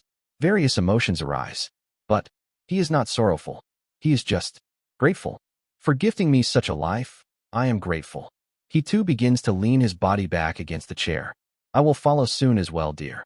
Now he too is tired. Surely he too will die soon. However, he is not afraid. For the fact that the place called the underworld is not a place to fear, and that what comes after death is not an endlessly sad place, is something he already knows. He suddenly sees a black snake that has come into the yard. The snake is staring fixedly at Guju. If it is Guju as usual, he would immediately drive out such a harmful creature as soon as it comes in, because it could harm not only his wife, but also his sons. But now his wife has fallen into an eternal sleep, and his sons, as well, have learned Guju's breathing and can drive out a snake like that by their own strength. Also, Guju himself no longer has the desire to live longer. Instead of driving out the snake, Guju throws words of consolation toward the black snake. I also hope that you will be happy. Up to now, he has only ever received consolation and blessings. It is the first blessing that such a Guju utters for the sake of someone else. With those words, Guju too starts to close his eyes. I am grateful to everyone. There is not a single speck of regret in this life. Even if he has done wrong and receives the punishment of being thrown into the hell of fire and being torn into 1,000 and 10,000 pieces. If he remembers the blessed things of this lifetime, he can accept and embrace it as much as needed. Thinking thus, Guju, who has become an old man, at last stops breathing. His hand, until the very moment he dies, holds his wife's hand. Will. Inside the gestation world where innumerable chaos flows. In a new world that was created when the great god of attraction force died. There, a divinity draped in a golden dragon robe lies down, looks at him, smiles, and opens her eyes. She may have just dreamed of a future that will someday come. If someday you awaken, let us try living such a life once. Perhaps it is not merely a simple dream. For that golden god is a divinity that has held omniscience. It may be that she has read the history of the future. Yes, perhaps. If this great god of attraction force someday comes back to life and resurrects, he will surely complete such a life together with her. Afterwards, he will regain his memories and receive the price. But he will at least experience happiness once. The first king, the heavenly venerable of the underworld Bonghua, as she waits for the events of the future that will someday come, looks toward the outside of the gestation world. May the day when everyone can be grateful for life come someday. Thus she, for herself and all the existences inside the gestation world, and even for all the existences of every other world and separate heaven and earths that drift outside the gestation world, smiles as she blesses them. It is a light, faint smile, free from every bridle and conflict. Will, between world and world, in the void close to eternity where the Virambo wind blows. A small black snake is flying through that place. Chick. The black snake glances back once at the world they have left. It is strange, as if they have foreseen a distant future. Did I dream? But they consider it nothing more than a dream. For they are nothing but a black snake who, in the dream, looked at someone. Having fallen from a complete existence to an incomplete existence, I even end up dreaming. I must be careful. Power that does not even reach the level of a supreme deity. Since I have brought the origin essence, my power is barely guaranteed, but even that is the bare minimum. As I am now, I am at a level more lowly than even the leftover of Yu Hao Te. I have to recover my strength. I must at least recover up to the sacred vessel level. The snake completely shakes out of their mind what happened in the dream. A fleeting dream they have had after becoming an incomplete existence. Is there any value in remembering it? And so Hyuksa, the fragment that was born from the black aspect of the future King Fate's supreme deity, Hong Fan Guju, restores their own strength. And, in order to confirm into whose hands the origin of omnipotence, their final objective has gone. merely rides the Viramble wind, moving toward a distant other world. Someday, in order to put the origin of omnipotence upon their head and return again to Mount Sumeru to prove that they are the one who is right. In order to walk a distant pilgrimage road, they begin their long journey. Chapter 8:10, Afterstory 2, Back. Why we I? Long Viramble winds rage between one other world and another. When a heavenly domain is born, the transfer of power that occurs when a universe is born is called the Viramble wind. When a heavenly domain is born, one such current of Viramble wind is born and blankets all of Mount Sumeru.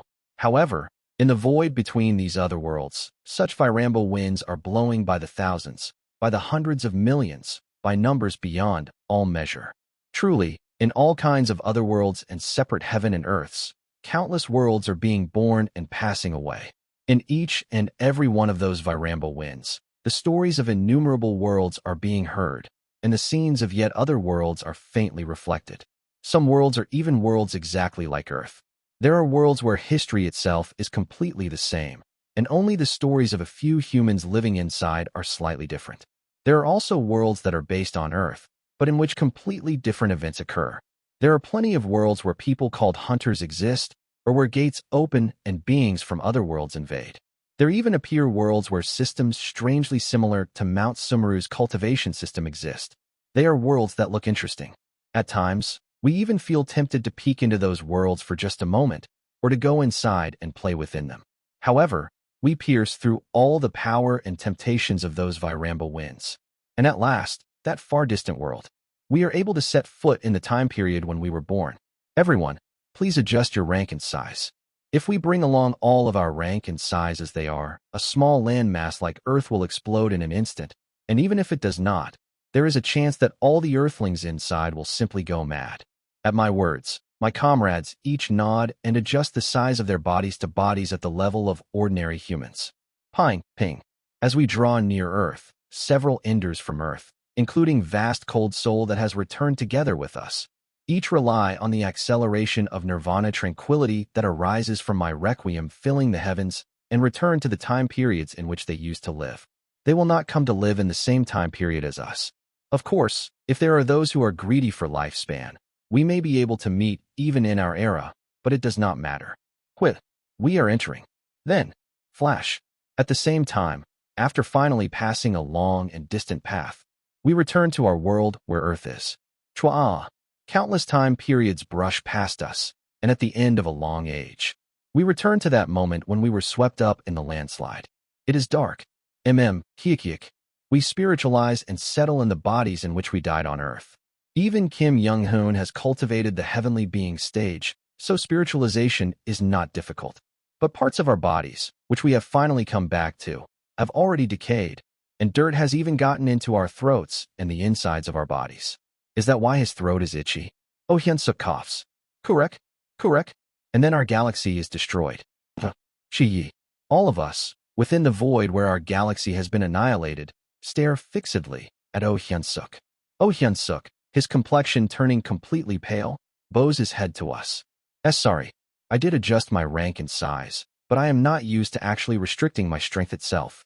Ha Hyunsuk. Kim Young-hoon lets out a deep sigh and grinds his teeth, and John Myung-hoon also looks at him with eyes gone cold and speaks. I am a little disappointed. No matter what, it is still our home. I am really sorry. If I can at least bring a relic of the heavenly venerable of time, I can use it, and everyone, let's stop there. I let out a sigh and mediate between the comrades who are driving Oh Hyunsuk into a corner. For now, this seems to be happening because we do not understand just how strong our own power is. This time, I will turn back time. Why Yang? The Northern Dipper sealing immortal flag grasps the laws of time of Earth's dimension and begins to prepare to turn time back. Because this is a world without the Radiance Mantra, there is no great difficulty in reversing spacetime. But it seems we will need to restrict our own power while on Earth. That does seem to be the case. I will help. Kong Min he lifts her brush. When she paints a Tinghua in the void, the Tinghua seep into us. The ability to create and grant rules is gone because the absolute fragment has slipped away, but I can make a similar ability as an immortal art. Since each other's power is the foundation, if one's own power is not stronger than the combined power of all of us, it will never be broken through. So, She points at me and says, "Except for Seo Eunhyun, there is practically no one who can escape from this rule from now on. No, if it is all of our power combined, including me, shouldn't I also be unable to escape? Your specialty is borrowing power. If you use something like splitting emperor, splitting heaven, separate heaven martial arts that borrows our power, then, if you intend to, you can break it." I see. Well, in any case, when we later return to Mount Sumeru, we need your power, so it is right that you should be able to break it. Woo. The Northern Dipper ceiling immortal flag finally rewinds time to before our galaxy was annihilated, and thanks to Kong Minhee, we are able to restrict our strength to a level at which it is possible to live on Earth. The immortal art that restricts power, the power of human bridle, is quite good. Our restricted strength is at the heavenly being stage. But we even place double, triple, and quadruple restrictions on this. And in the end, we restrict our strength down to the third star of the chi refining stage. It is a system where we can unlock our power up to the heavenly being stage when necessary. Of course, if suddenly some divinity from another world invades, I can gather up my comrades' strength and break the human bridle and respond. And each of us has quite a few means to bypass the human bridle and draw upon the power of the main body, so it is not that fatal a restriction. We enter into the landslide once again. Kurik. With our respective arts, we remove the dirt that has entered the airway, lungs, stomach, and wounds, and our eyes, nose, mouth, and ears. But how do we get out? Judging by the mountain's weight, it looks a bit hard to get out with just the third star of the chi refining stage. John Myung-hoon, inside the SUV, touches the dirt and murmurs, and I shrug my shoulders. Have you forgotten that I am a mountain spirit? Wong. I read all the flows and breaths held by the debris of the landslide, and in an instant find the weakest point and use the earth-surpassing path to cultivation. Kugugugugugu. Because of earth-surpassing path, the soil shifts and, squirming around the SUV, lifts it up to the optimal place. Puak. In the end, we are able to come out to the outer part of the landslide. Chiiria. Because our bodies in this period are in a state where our main bodies spiritualized and possess them, we all have the exact same faces as before. Wah waff, in my hair. Kim Young-hoon wails and grieves as he sees his head reflected in the SUV window. It seems because he spent a long time with his hair, he hasn't been able to adapt. I have quite a scrawny body at this point in time. I need to engrave the teachings of the Azure Heaven Creation sect again. Oh Hyun-suk clicks his tongue as he looks at his current body that can do a 3-lift total of 700 kilograms. Ugh, short hair feels a bit awkward. John Myung-hoon also clears his throat as he looks at his once again short hair. I should quit Earth cigarettes.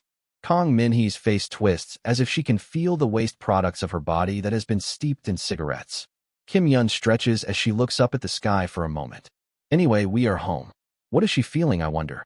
On top of the pile of soil poured out by the landslide, Kim Yun shouts loudly. We're back home. There is no one but us on the highway. Ours is the only vehicle that got hit by the landslide. And since this is a highway that cars rarely use, the surroundings are quiet. In that quiet mountain valley, Kim Yun's voice, not to the degree that it can destroy a world, but just at the level of an ordinary human's volume, rings out. We're back. Seeing that sight, Kim Young-hoon, John Myung-hoon, Kong Minhee, and Oh Hyun-suk also run together and shout along. We are back, raising our voices like crazy and declaring to Earth that we have returned. We all cry out in happiness.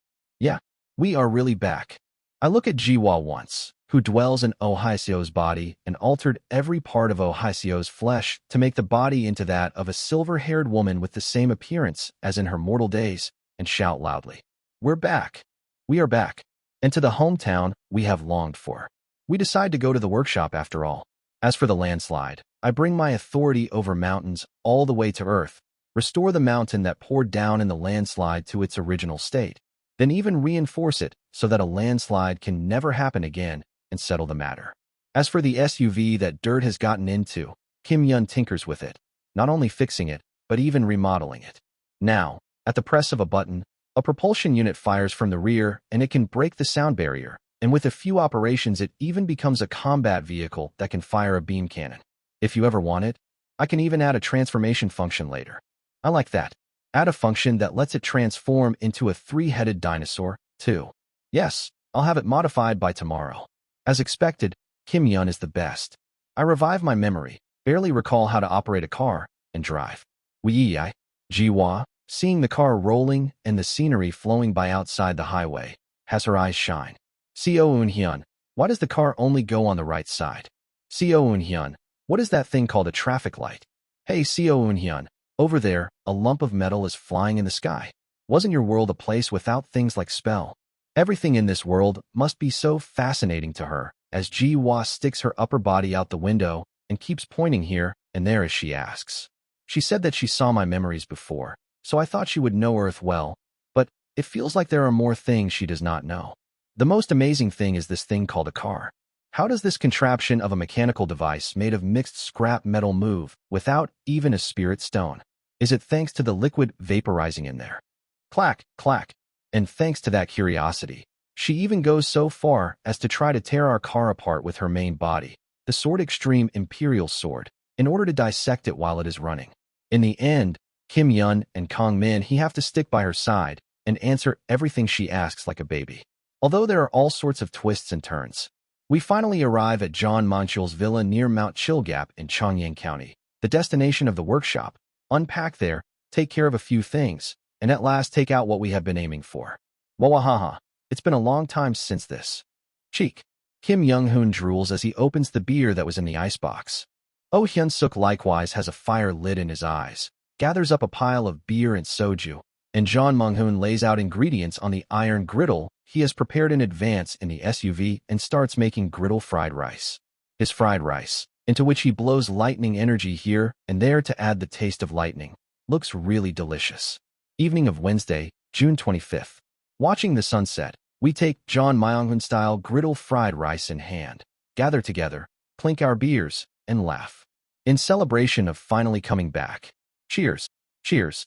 Kim Young-hoon and Oh Hyun-suk slowly gulp the cold beer down their throats, treasuring it and savoring the taste of each and every drop. Kim Yun and Kang Min he called Ji-hwa over, pour soju into small glasses for her, and enjoy soju together. Together with John Myung-hoon, take out the white wine that John Myung-chul cherishes from John Myung-chul's fridge, pour it, and clink our glasses. Didn't you say your uncle cherishes this? What? Are you not going to drink? You punk. How dare you, a mere deputy, intend to disobey the chief's order and commit insubordination? Right, you are my superior. Gal. From now on, you are to address me as Chief John Myung-hoon. I take the white wine from John Myung-hoon, drink it, and giggle. But hey, you are ridiculously younger than me. On Earth, John Myung-hoon is 3 years older than me, but thanks to regression in Mount Sumeru, my age has become far greater. My memories from each cycle have also returned, you know. You have to include the trillions of years I spent in the heavenly void furnace and the time that stretched and shrunk in the outer sea as well. You also have to include the time I was tortured while being forced to regress by Yang Sung. Good for you, you old monster. You think you aren't. Shut up, old monster CEO. No matter how old you are, this place is the company. Receive one more drink from your superior. Kikikikiki. Kikiki. We pass the wine back and forth between us and look around at our comrades. Whether they have missed beer, or just because they want it, Kim Young-hoon and Oh Hyun-suk have already emptied 5 cans of cold beer beaded with dew together with John Myung-hoon's lightning griddle fried rice. Kim Yun and Kang Min he have their faces slightly flushed, and Ji-hwa, who at first refused, saying, "Are you trying to feed me this suspicious liquid?" At some point is gulping soju straight from the bottle, her eyes rolling. And seeing the disheveled Ji-hwa, a few rough-looking men at the neighboring villa next to John Manchul's villa look this way and start making a move. Every one of them has a solid build, looking like some people from some sports club. Hey, Nunes, don't just sit there all boring like that. Come hang out with us. Nunes, we have a pool over on this side. Want us to lend you swimsuits? Come together in. Gal. And then, drunk, Ji-hwa picks up the Sword Extreme Imperial Sword and stands up from her seat. How dare you brats, who are mere ordinary mortals without even spiritual roots, dare to speak to an immortal? No.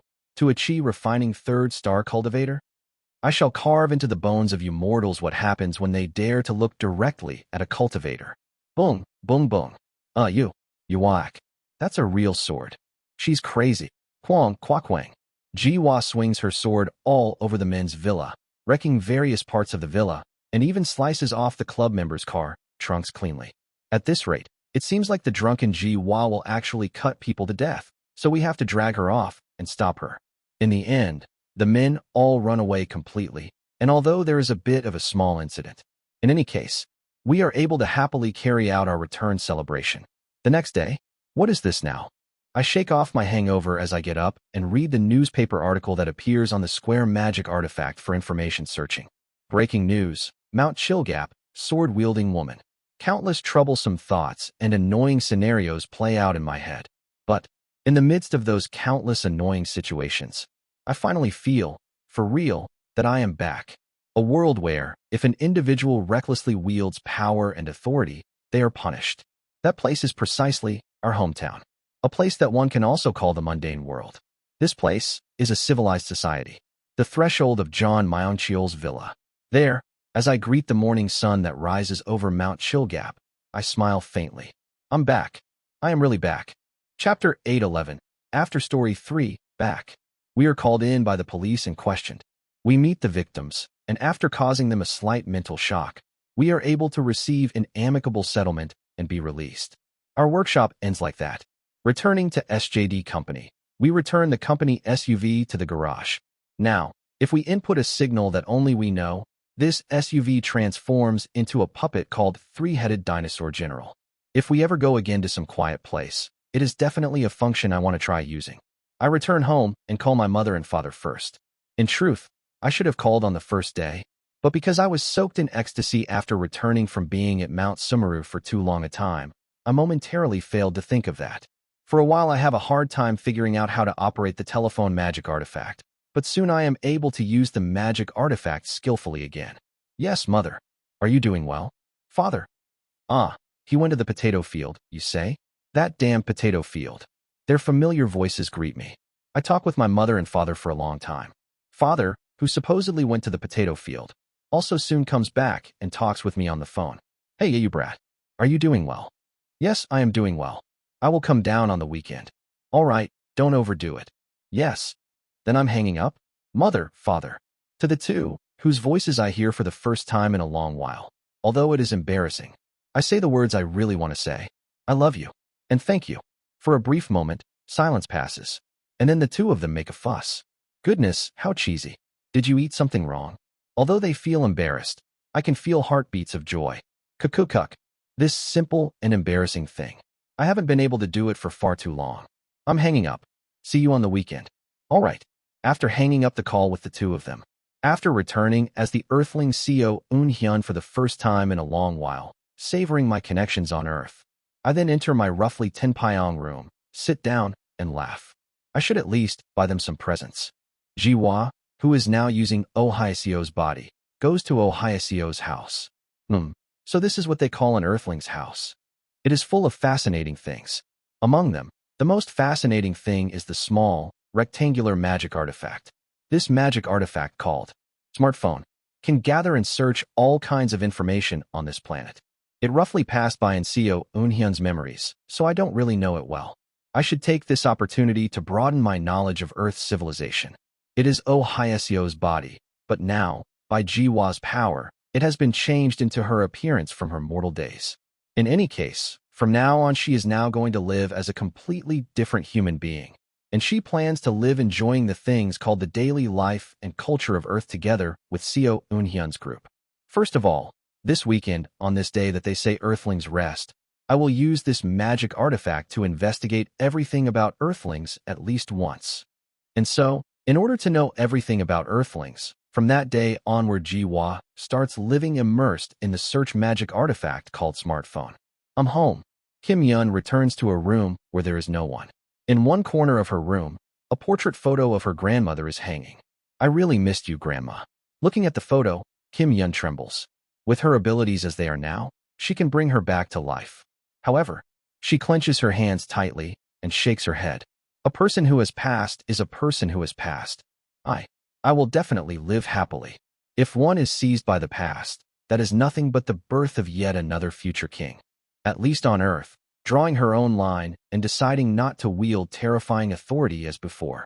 Kim Yun takes her gaze off her grandmother's portrait photo. Talk.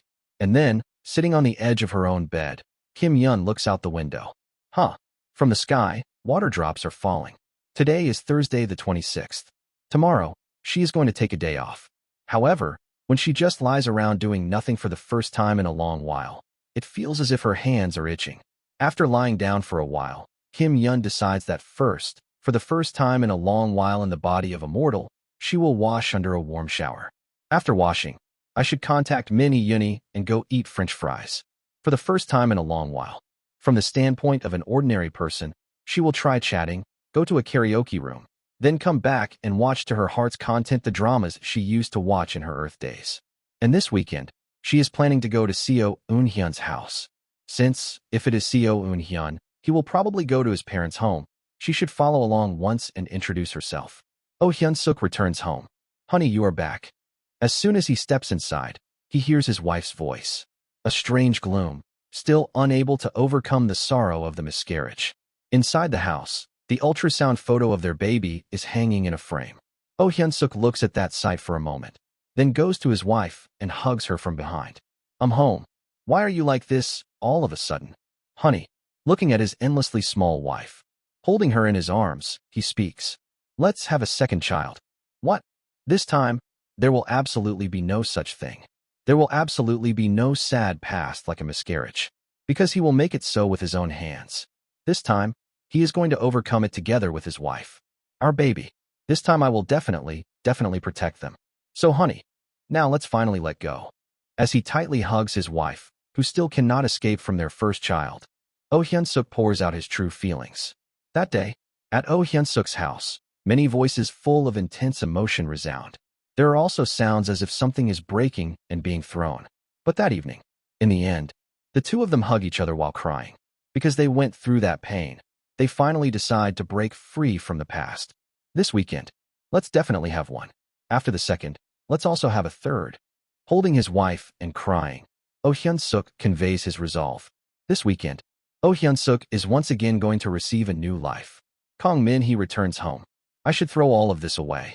After throwing all the cigarettes she had bought in the house into the trash can, she cleans the house thoroughly once. I've come back. Looking at the now clean inside of the house, she lets out a sigh.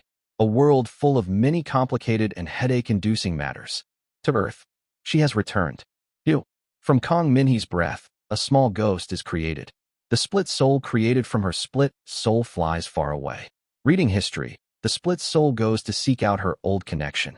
The shaman who, while trying to cure Kong Min-hee, instead went crazy. The split soul goes before that shaman, who is hospitalized in a mental hospital, drooling while wearing a restraint suit. Ki-ki-ik. Again, it is you. Yes, what wisdom have you come to bring me this time?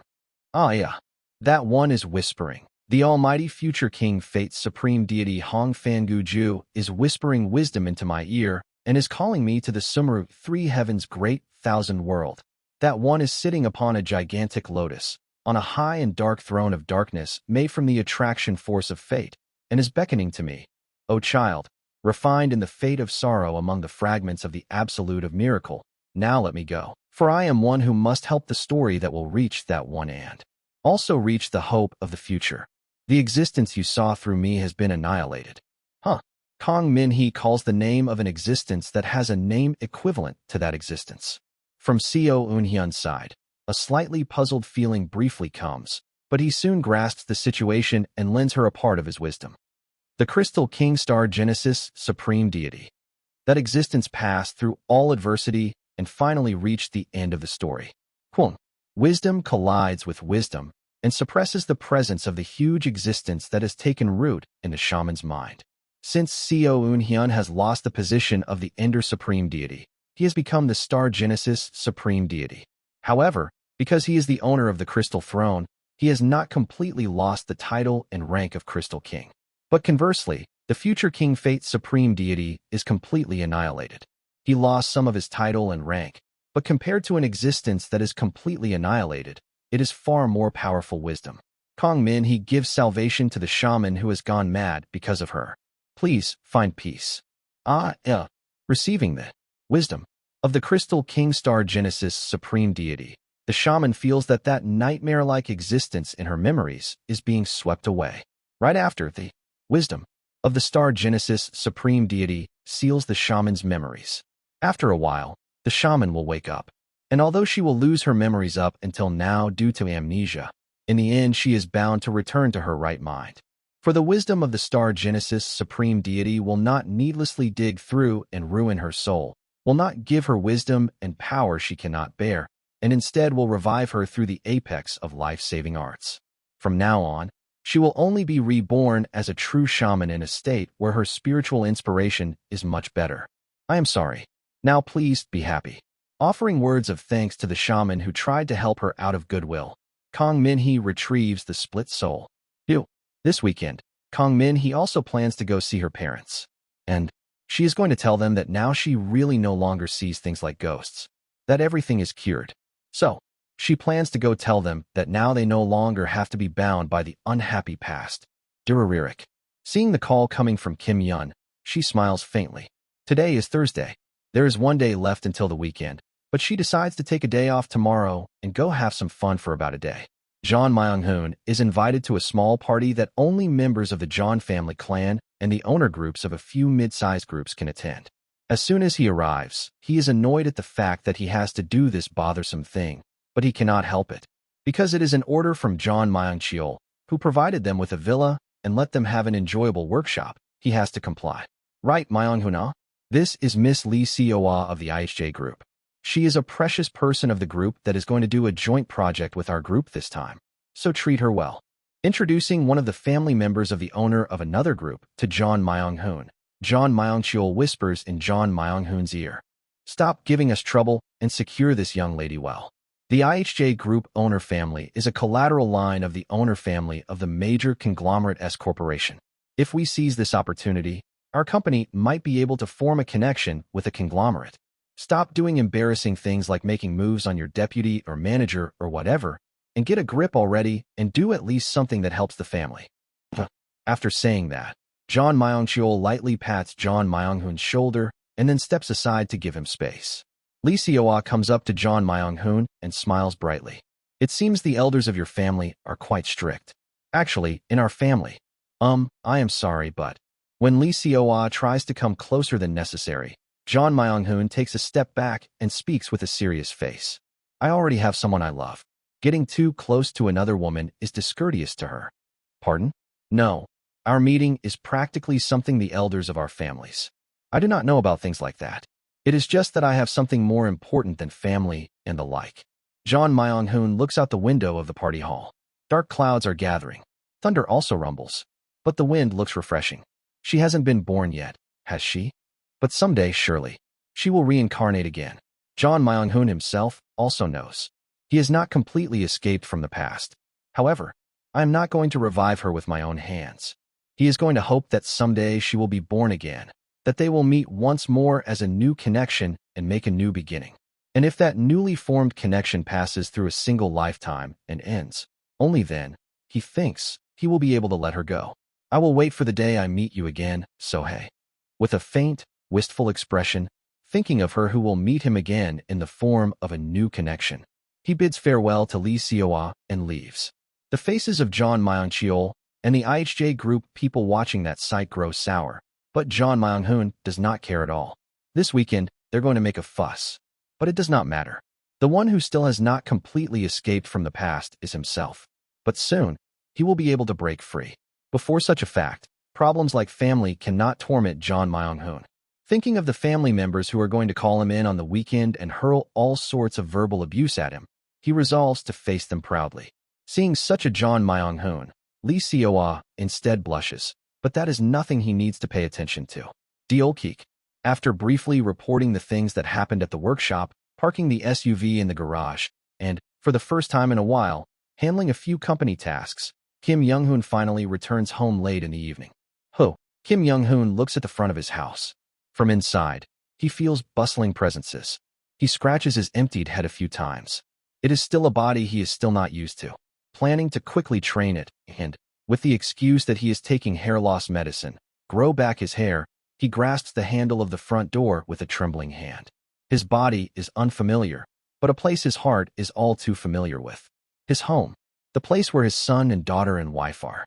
Dalkak. Kim Young-hoon opens the door. Handing over a bag of snacks he bought on his way home, he smiles brightly. The children welcome him, and he sees his wife preparing dinner.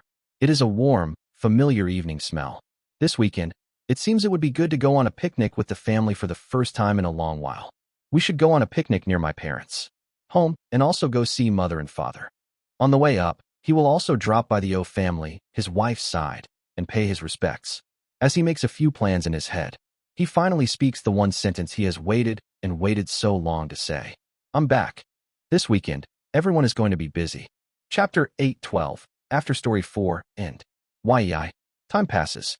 We, in Earth's dimension, decide to leave our split souls in the bodies that are in the time period we were born into, and return to Mount Sumeru through our true bodies. The brief happiness on Earth is good too, but in any case, we have a duty to stabilize the whole of Mount Sumeru. The strength of the split souls is also at least at the level of Vestige Liberation Immortal, so there should be no big problem. We head once more toward Mount Sumeru, watching the single strands of consciousness we left behind live out their lives while on Earth. Since we are in a state of constant connection with the split souls left on Earth, in truth we are no different from being the same person, so there should be no major issue such as our personalities splitting apart. Let's go now. We fly toward Mount Sumeru, passing between the other worlds where countless Virambo winds blow. My comrades, having now put down the absolute fragment, are at the level of immortal lords who only seize the seat. We have to go to Mount Sumeru, properly advance to Supreme Deity, and stabilize all the laws and systems of Mount Sumeru as quickly as even a single day sooner. Since there is quite a time difference between Mount Sumeru and Earth, we do not know how the few years we have spent on Earth are applied on Mount Sumeru. In the distance, Mount Sumeru draws near, and the countless changes happening in Mount Sumeru catches our eyes. Inside those changes, yearn for connections are visible. We look around at how our old connections are doing and smile. Lady Yun, a boisterous-looking martial artist, holds a guandao and shouts loudly in front of a manor. Lady Yun, come out quickly. You actually do not wish to hold some marriage ceremony with those bastards either, do you? The hardy-faced martial artist, whose face is full of pockmarks and scar marks, when no answer at all comes from inside the house, snorts out a puff of breath through his nose and lifts the guandao. Very well. If that is the lady's choice, I will rush over to you at any time. Boom. The man swings the guandao in a great arc. With that single strike, the walls of the huge manor and the extraordinary pattern formations spread within it shatter to pieces all at once, and the fearsome slashing strike shakes the entire area. He senses the people inside the manor thrown into a panic, and the man uses their confusion as a gap, enters the manor, and stands before two figures. Why, you monstrous bastard! Barbarian bastard! What on earth is this rampage? Did Yun not say she rejects you? They are one young woman, and another woman with a plump and gentle impression who seems to be her mother. Oomph! That is because you lot are keeping her locked up and don't let her come out. We have a secret signal we made just between the two of us. A secret signal. Tapping the floor 7 times with the little finger. If she knocks in a particular rhythm, it is the signal that she wants to go out but cannot. That makes no sense. You are saying you heard the sound of Yun, who is in the central inner quarters of the manor, tapping the floor with her little finger from outside the manor. That is what it means to be a martial artist who has reached blooming. Well, even if I explain it, you will not understand. Let us go, my lady. The man heartily laughs, quickly hoists up the frail-looking young woman, and unfolds his movement technique to escape along the path his slashing strike has opened. Whew! In an instant, like a tiger, the man crosses over a whole mountain, then, using lightness skill, leaps up near the clouds and seats the small young woman he has brought on his broad shoulder. Through his internal energy method, he spreads a curtain of energy so that the wind-like currents cannot topple the young woman, and lets her feel the broad wind of the high sky. How is it, my lady? This is the outside wind. At the man's question, the young woman called Lady Yun, who has a single light pink pattern appearing on her face, blushes and scribbles something on the man's shoulder. She cannot see, she cannot speak, and she cannot smell. Only touch and hearing are everything that is permitted to her. On top of that, her back is even slightly bent, born carrying all kinds of heavenly punishments on her body, that is. Wool Yun. The man grins widely at Wool Yun's words written on his shoulder. It's so refreshing. Warrior Hone. Is that so? If that is the case, I will run even faster. to somewhere in that western country where you can make as many dolls as you like. Shiu, with the beloved her seated on his shoulder, the marital artist of heart Dao blooming, Haun, laughs as if he is about to fly as he unfolds his movement technique toward that faraway country. Born with a face full of pockmarks and despised since childhood, having even gained scars and become an object of fear, and with even his name sounding like that of a girl, having spent his whole life as an object of teasing and ridicule, fear and awe, that is Haun. The only one who came close to such a Haun is Wu Yun, who cannot see and cannot speak. If I think about it, we must have had a connection even in our previous life. Haun looks up at her, who is smiling brightly. Surely, in our previous life as well, you must have given me many things. So, if in this life too, the heavens allow it, I will give many things back to you. Will. Thus, Haun soars up together with her toward that faraway country. The refreshing wind sweeps over them and passes by. Somewhere in a distant astral realm. There, a woman nags at a man who is sprawled out in the house, lazily holding a cigarette in his mouth. Good grief, you man. Just how long are you going to live lying down like that? We're about to run out of rice, so please, just go out and do some work. Now, just wait and see. I'm tired because lately I've been laying the groundwork for the Confucian family method, so my wife should understand a little. Once I complete the groundwork of the Confucian family method, I can earn as much rice or wealth as we want. Oh, that damn Confucian family method. Do you not hear our baby crying from hunger? Just how many years have to pass before that Confucian family method is complete? Me going around on my own 2 feet to get food is only something I can do for a day or two. Oh really, what nemesis you, what a wick. But in the next moment, the man suddenly grabs the hand of the wife who is pouring out her complaints and pulls her into his arms. The wife, seemingly flustered, moves her lips, then averts her eyes. If what I said was too harsh. Wife, do not worry. I will definitely succeed without forgetting the merits of my first wife who has shared thick and thin with me. No, of course, I do know that you will succeed, but the wife squirms as if trying to get out of the man's arms, but the man does not let her go, and flames burn in his eyes. Being with you, the inspiration to lay the groundwork of the method wells up even more. Wait, in broad daylight? Fine, wait for me. She slips out of the man's arms for a moment, goes into the room, and does her hair in the style her husband likes. Using the dye her husband has brought, she makes one side pure white, the other jet black. She, with her hair dyed half and half, suddenly flinches, then her face reddens. I was just going to nag him a bit. So how did I get swept up by that man's momentum again? What a foxy husband. No wonder people call him Old Man Nalbu. In a small backwater village of a small country in the astral realm. There, the man called Old Man Nalbu and the wife called Nalbu's wife, while bickering, continue a married life that lacks nothing others could envy. A warm wind brushes past them and passes by. Once again, in a distant astral realm. There, a medicinal ingredient called the blue worm is in wide use. This blue worm has a blue color, and strangely its surface seems to have the scales of a snake. So the people of the region, when they see the blue worms, sometimes call them an earth dragon with sea-colored scales, a sea dragon. An aquaculture that specializes in raising such blue worms. There, a woman stands with a fox at her side, looking at the blue worms with a gloomy face as she feeds them. Just when is the karmic sin of the beast path going to end? The woman looks at the white-furred fox sleeping sprawled out beside her and sighs. The white-furred fox, curiously, stays beside the blue worms, and whenever birds or beasts that try to snatch the worms, or insects that take the blue worms as food appear, it quickly appears and stomps them to death. Hey, Miss O, have this batch of medicinal ingredients gotten a bit plumper? Yes, I will send them on my own, so please do not talk to me. The woman surnamed O. Oh hi SEO, working at raising blue worms on the upper reaches of a star in the astral realm, replies with irritation to the merchant who uses the blue worms as medicinal ingredients. These blue worms are all beings that share a single soul. They are a sinner from the distant past who, in forms like insects, is born and killed through endless ages and used as medicinal ingredients, paying back their karmic sins. And, for the one who gave a heart to Ohiasio, still, I will wait for that day. She manages the worms, and sometimes, after catching and drying them with her own hands, supplies them to merchants. And she waits and waits again for her lover, who will someday pay off all his karmic sin. And then, suddenly, her eyes tremble. Ah! In the distant sky, as the celestial energy changes, she feels great beings return to Mount Sumeru. So you've returned. The Crystal King Star Genesis Supreme Deity. Although he has stepped down from the seat of Owner of Miracles, the representative who represents the absolute power of miracles has finished his business in his homeland and returned to Mount Sumeru. You must have a lot to do as well.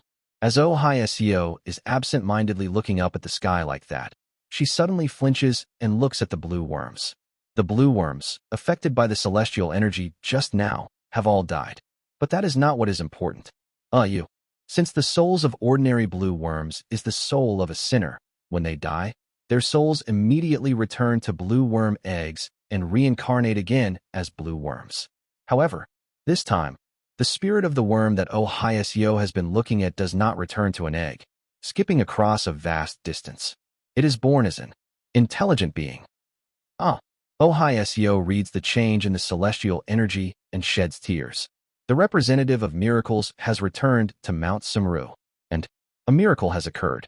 The sins of the soul she is taking care of are not washed away, and even in its next life, it is still a soul that must endlessly alternate between hell and the life of a blue worm to cleanse its sins. But at times, perhaps when it is far too unbearable, at that one time, it will be born again as a sentient being who has people that love it and gain a chance to accumulate good karma. Ohio sheds tears and is about to fly toward the place where that soul is reborn. Then in the middle of doing so, she suddenly turns to look at the white fox gazing at her pitifully. After looking at the fox for a while, Ohio sighs, tucks the fox under her arm, and flies into the sky. Yeah, let's go together. Pot.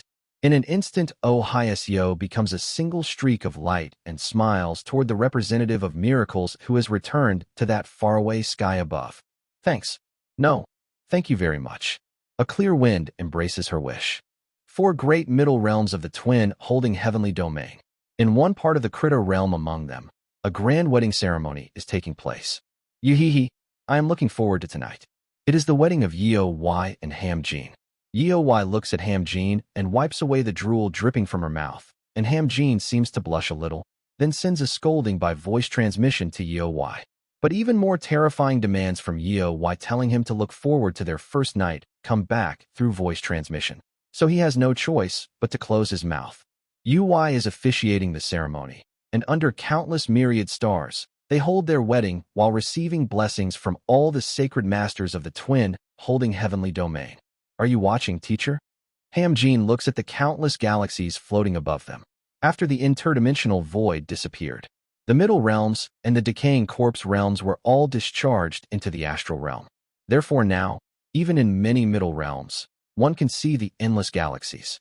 Today, Yeoi, Hamjean, and Ui read the clear energy and did their calculations, and even asked the underworld and other great existences, and thus learned that their Lord and Master, the Crystal King Star Genesis Supreme Deity, is returning on this day.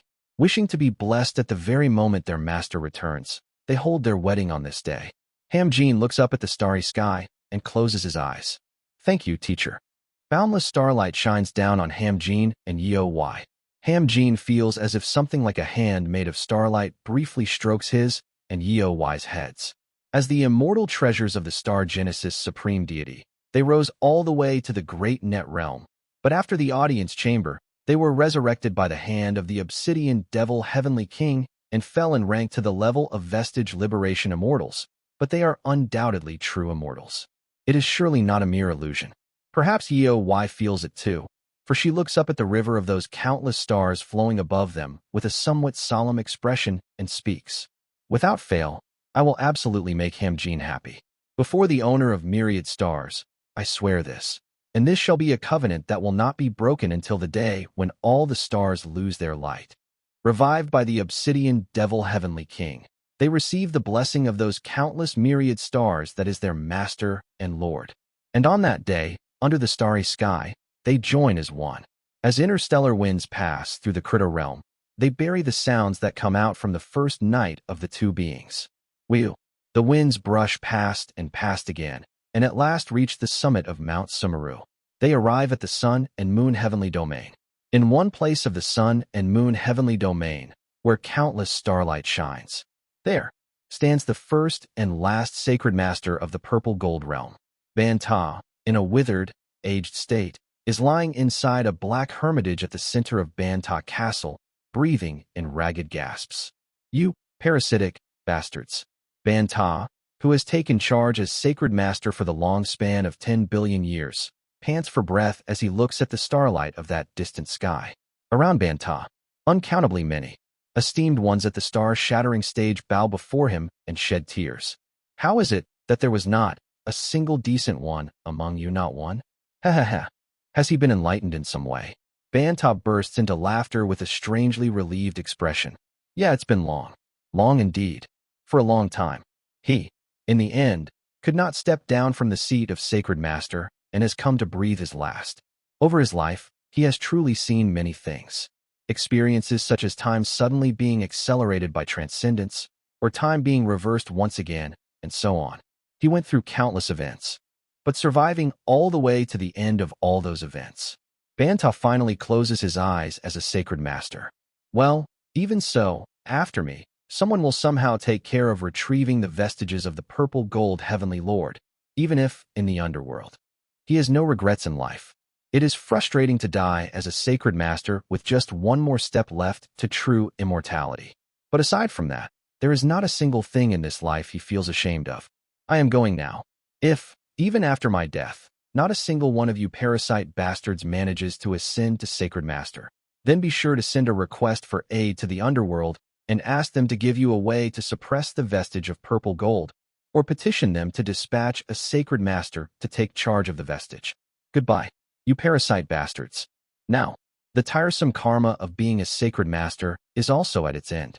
Thus Banta, from all duties and responsibilities, and even from desire and hope, becomes freed and lightly closes his eyes. At the age of 10 billion years, that is the age of Banta, the sacred master of the purple gold realm, and, since Mount Sumeru came into being, the first cultivator at the sacred vessel stage to die of old age. That is Banta's end. Or so he thought. Banta looks at what is before his eyes.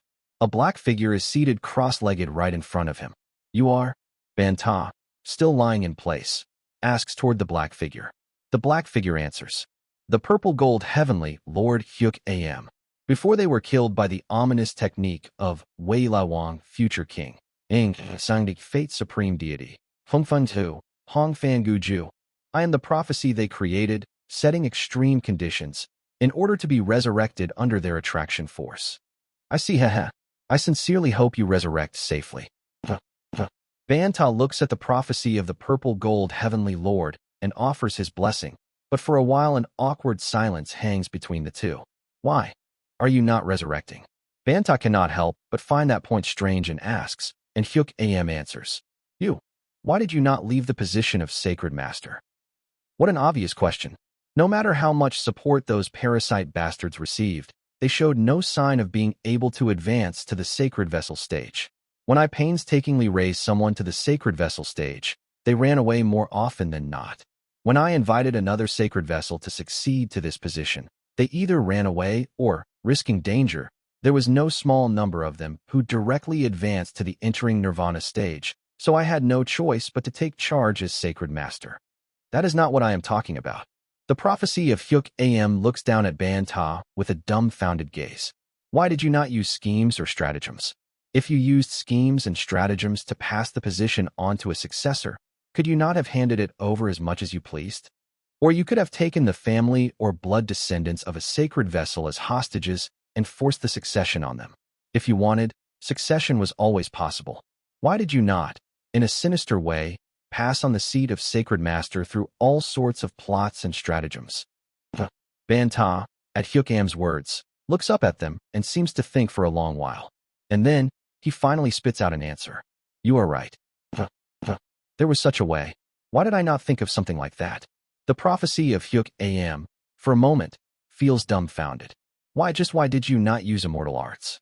If you had touched the power of prophecy with immortal art, you could even have made your successor come. You are right. Banta wears an expression of, so there was such a method, and his face turned aggrieved, but Hyukam's prophecy gives off an even more aggrieved air and growls. Just why? With your strength, You could have grabbed a sacred master who refused, forced them to inherit your seat, leave and reach the entering nirvana stage, and even become a true immortal. Why on earth could you not become ruthless? Why did you, merely acting out feigned evil, not aim for true immortality with evil energy and venomous resolve? This time, his answer is not "you are right." And, pondering those words, Banta speaks. Although I ended up taking it on halfway because of a scam, by sending off and ruling over the lives and wills of countless living beings in these hands, there was something I came to know. That is, no matter how much I came to have it by coincidence or by being forced, if them coming to me is fate, is it not right to do my utmost within this fate? If, after I leave, no one who will take good care of these parasite bastards takes the initiative and sits in this seat, even if I force someone to take the position, is that not meaningless? I came to have such a thought. Banta looks up at the sky. Myriad stars enter his eyes. So, if I am to seek a successor among those who hold affection for this world, I wanted, naturally, to choose one who wishes to uphold the mission of managing this world. And when it becomes clear that they truly like ruling this world, I wanted to hand the world over to such a successor. That is all. It is a position he gained by coincidence. However, even if it is a life and fate he happened to obtain by coincidence, within it there were countless beautiful things and things to be grateful for. Therefore, he'll do his utmost. That was his mere single thought, nothing more. Just who showed you beauty in this world? Just who, in the fate of this purple gold realm filled with malice, showed you goodwill? The prophecy of Hyuk Am. That existence begins to scatter little by little. The prophecy for purple gold to resurrect is in the purple gold realm, where war and rebellion and all sorts of chaotic and complicated conflicts arise. A sacred master, shuddering in disgust, repeatedly passes on the seat through malice and leaves the purple gold realm 10 times. You, from that seat, did not do a single underhanded deed, without any evil energy or venomous resolve. While merely acting out feigned evil, you did not carry out even a single instance of the prophecy. Now even the power of the prophecy has worn out. Just why is it that you remained in that seat until now with such kindness and goodwill toward the lives of the purple gold realm? Banta ponders the question of Hyuk Am's prophecy, which asks him the reason for his kindness and goodwill. The reason for kindness and goodwill. Perhaps he may have grown attached. This world did annoy him, but there are also things he is grateful for. However, if he thinks about the root of that reason, in the end there is only one. You are right. Just because he, it seems, just likes this purple gold realm. Malice needs a reason. For example, maybe the other person is better than oneself, or their face is displeasing, or they have taken everything from oneself, or one's irritation is surging right now and needs something to be taken out on, and so on. Even for those who seem to have no reason, if you dig into them, the reason definitely exists. However, for goodwill, perhaps a reason is not needed. There is no particular reason why one lives. There is no particular reason why one is born and lives up to now. Perhaps there will be no particular reason in the future he will live from now on. However, even if one is born just because for no particular reason, if one is going to live, then let's do it with one's utmost. Putting those countless sentences into one phrase, to the prophecy of Hyuk Am. As he lets it be heard toward Hyuk Am's will, Banta closes his eyes. Just because. The prophecy of Hyuk Am starts to laugh like crazy. And then, at the end of it all, they, wearing a self-mocking smile, completely disintegrate. By Banta's will, Hyuk Am's will for resurrection is defeated. If you had been in that seat instead of me, perhaps, in front of the Wei Lawang future king, you might have gave them a scolding. Hyuk Am, who has lost all hope, pours all their power into the dying Banta as they fade away. It is my defeat. From now on, go forward. Suat. At the end of 10 billion years of time, Banta, feeling life force and the power of fate rising through his entire body, opens his eyes wide. This. Banta, who had collapsed, raises his upper body from where he lies, and the star-shattering stage esteemed ones who are Banta's disciples all at once let out cheers. The Sacred Master, the Sacred Master. The Sacred Master has rejuvenated. O Banta, please rule the purple gold realm once more for another 10 billion years. With a stupefied expression, Banta, checking the shouts of the esteemed ones who are cheering for him and his own condition, lets out a hollow laugh. So I still can't end it. At last, he He understands the reason why the purple gold realm is in chaos, and why, from time to time, he felt the impulse to hand over the sacred master position.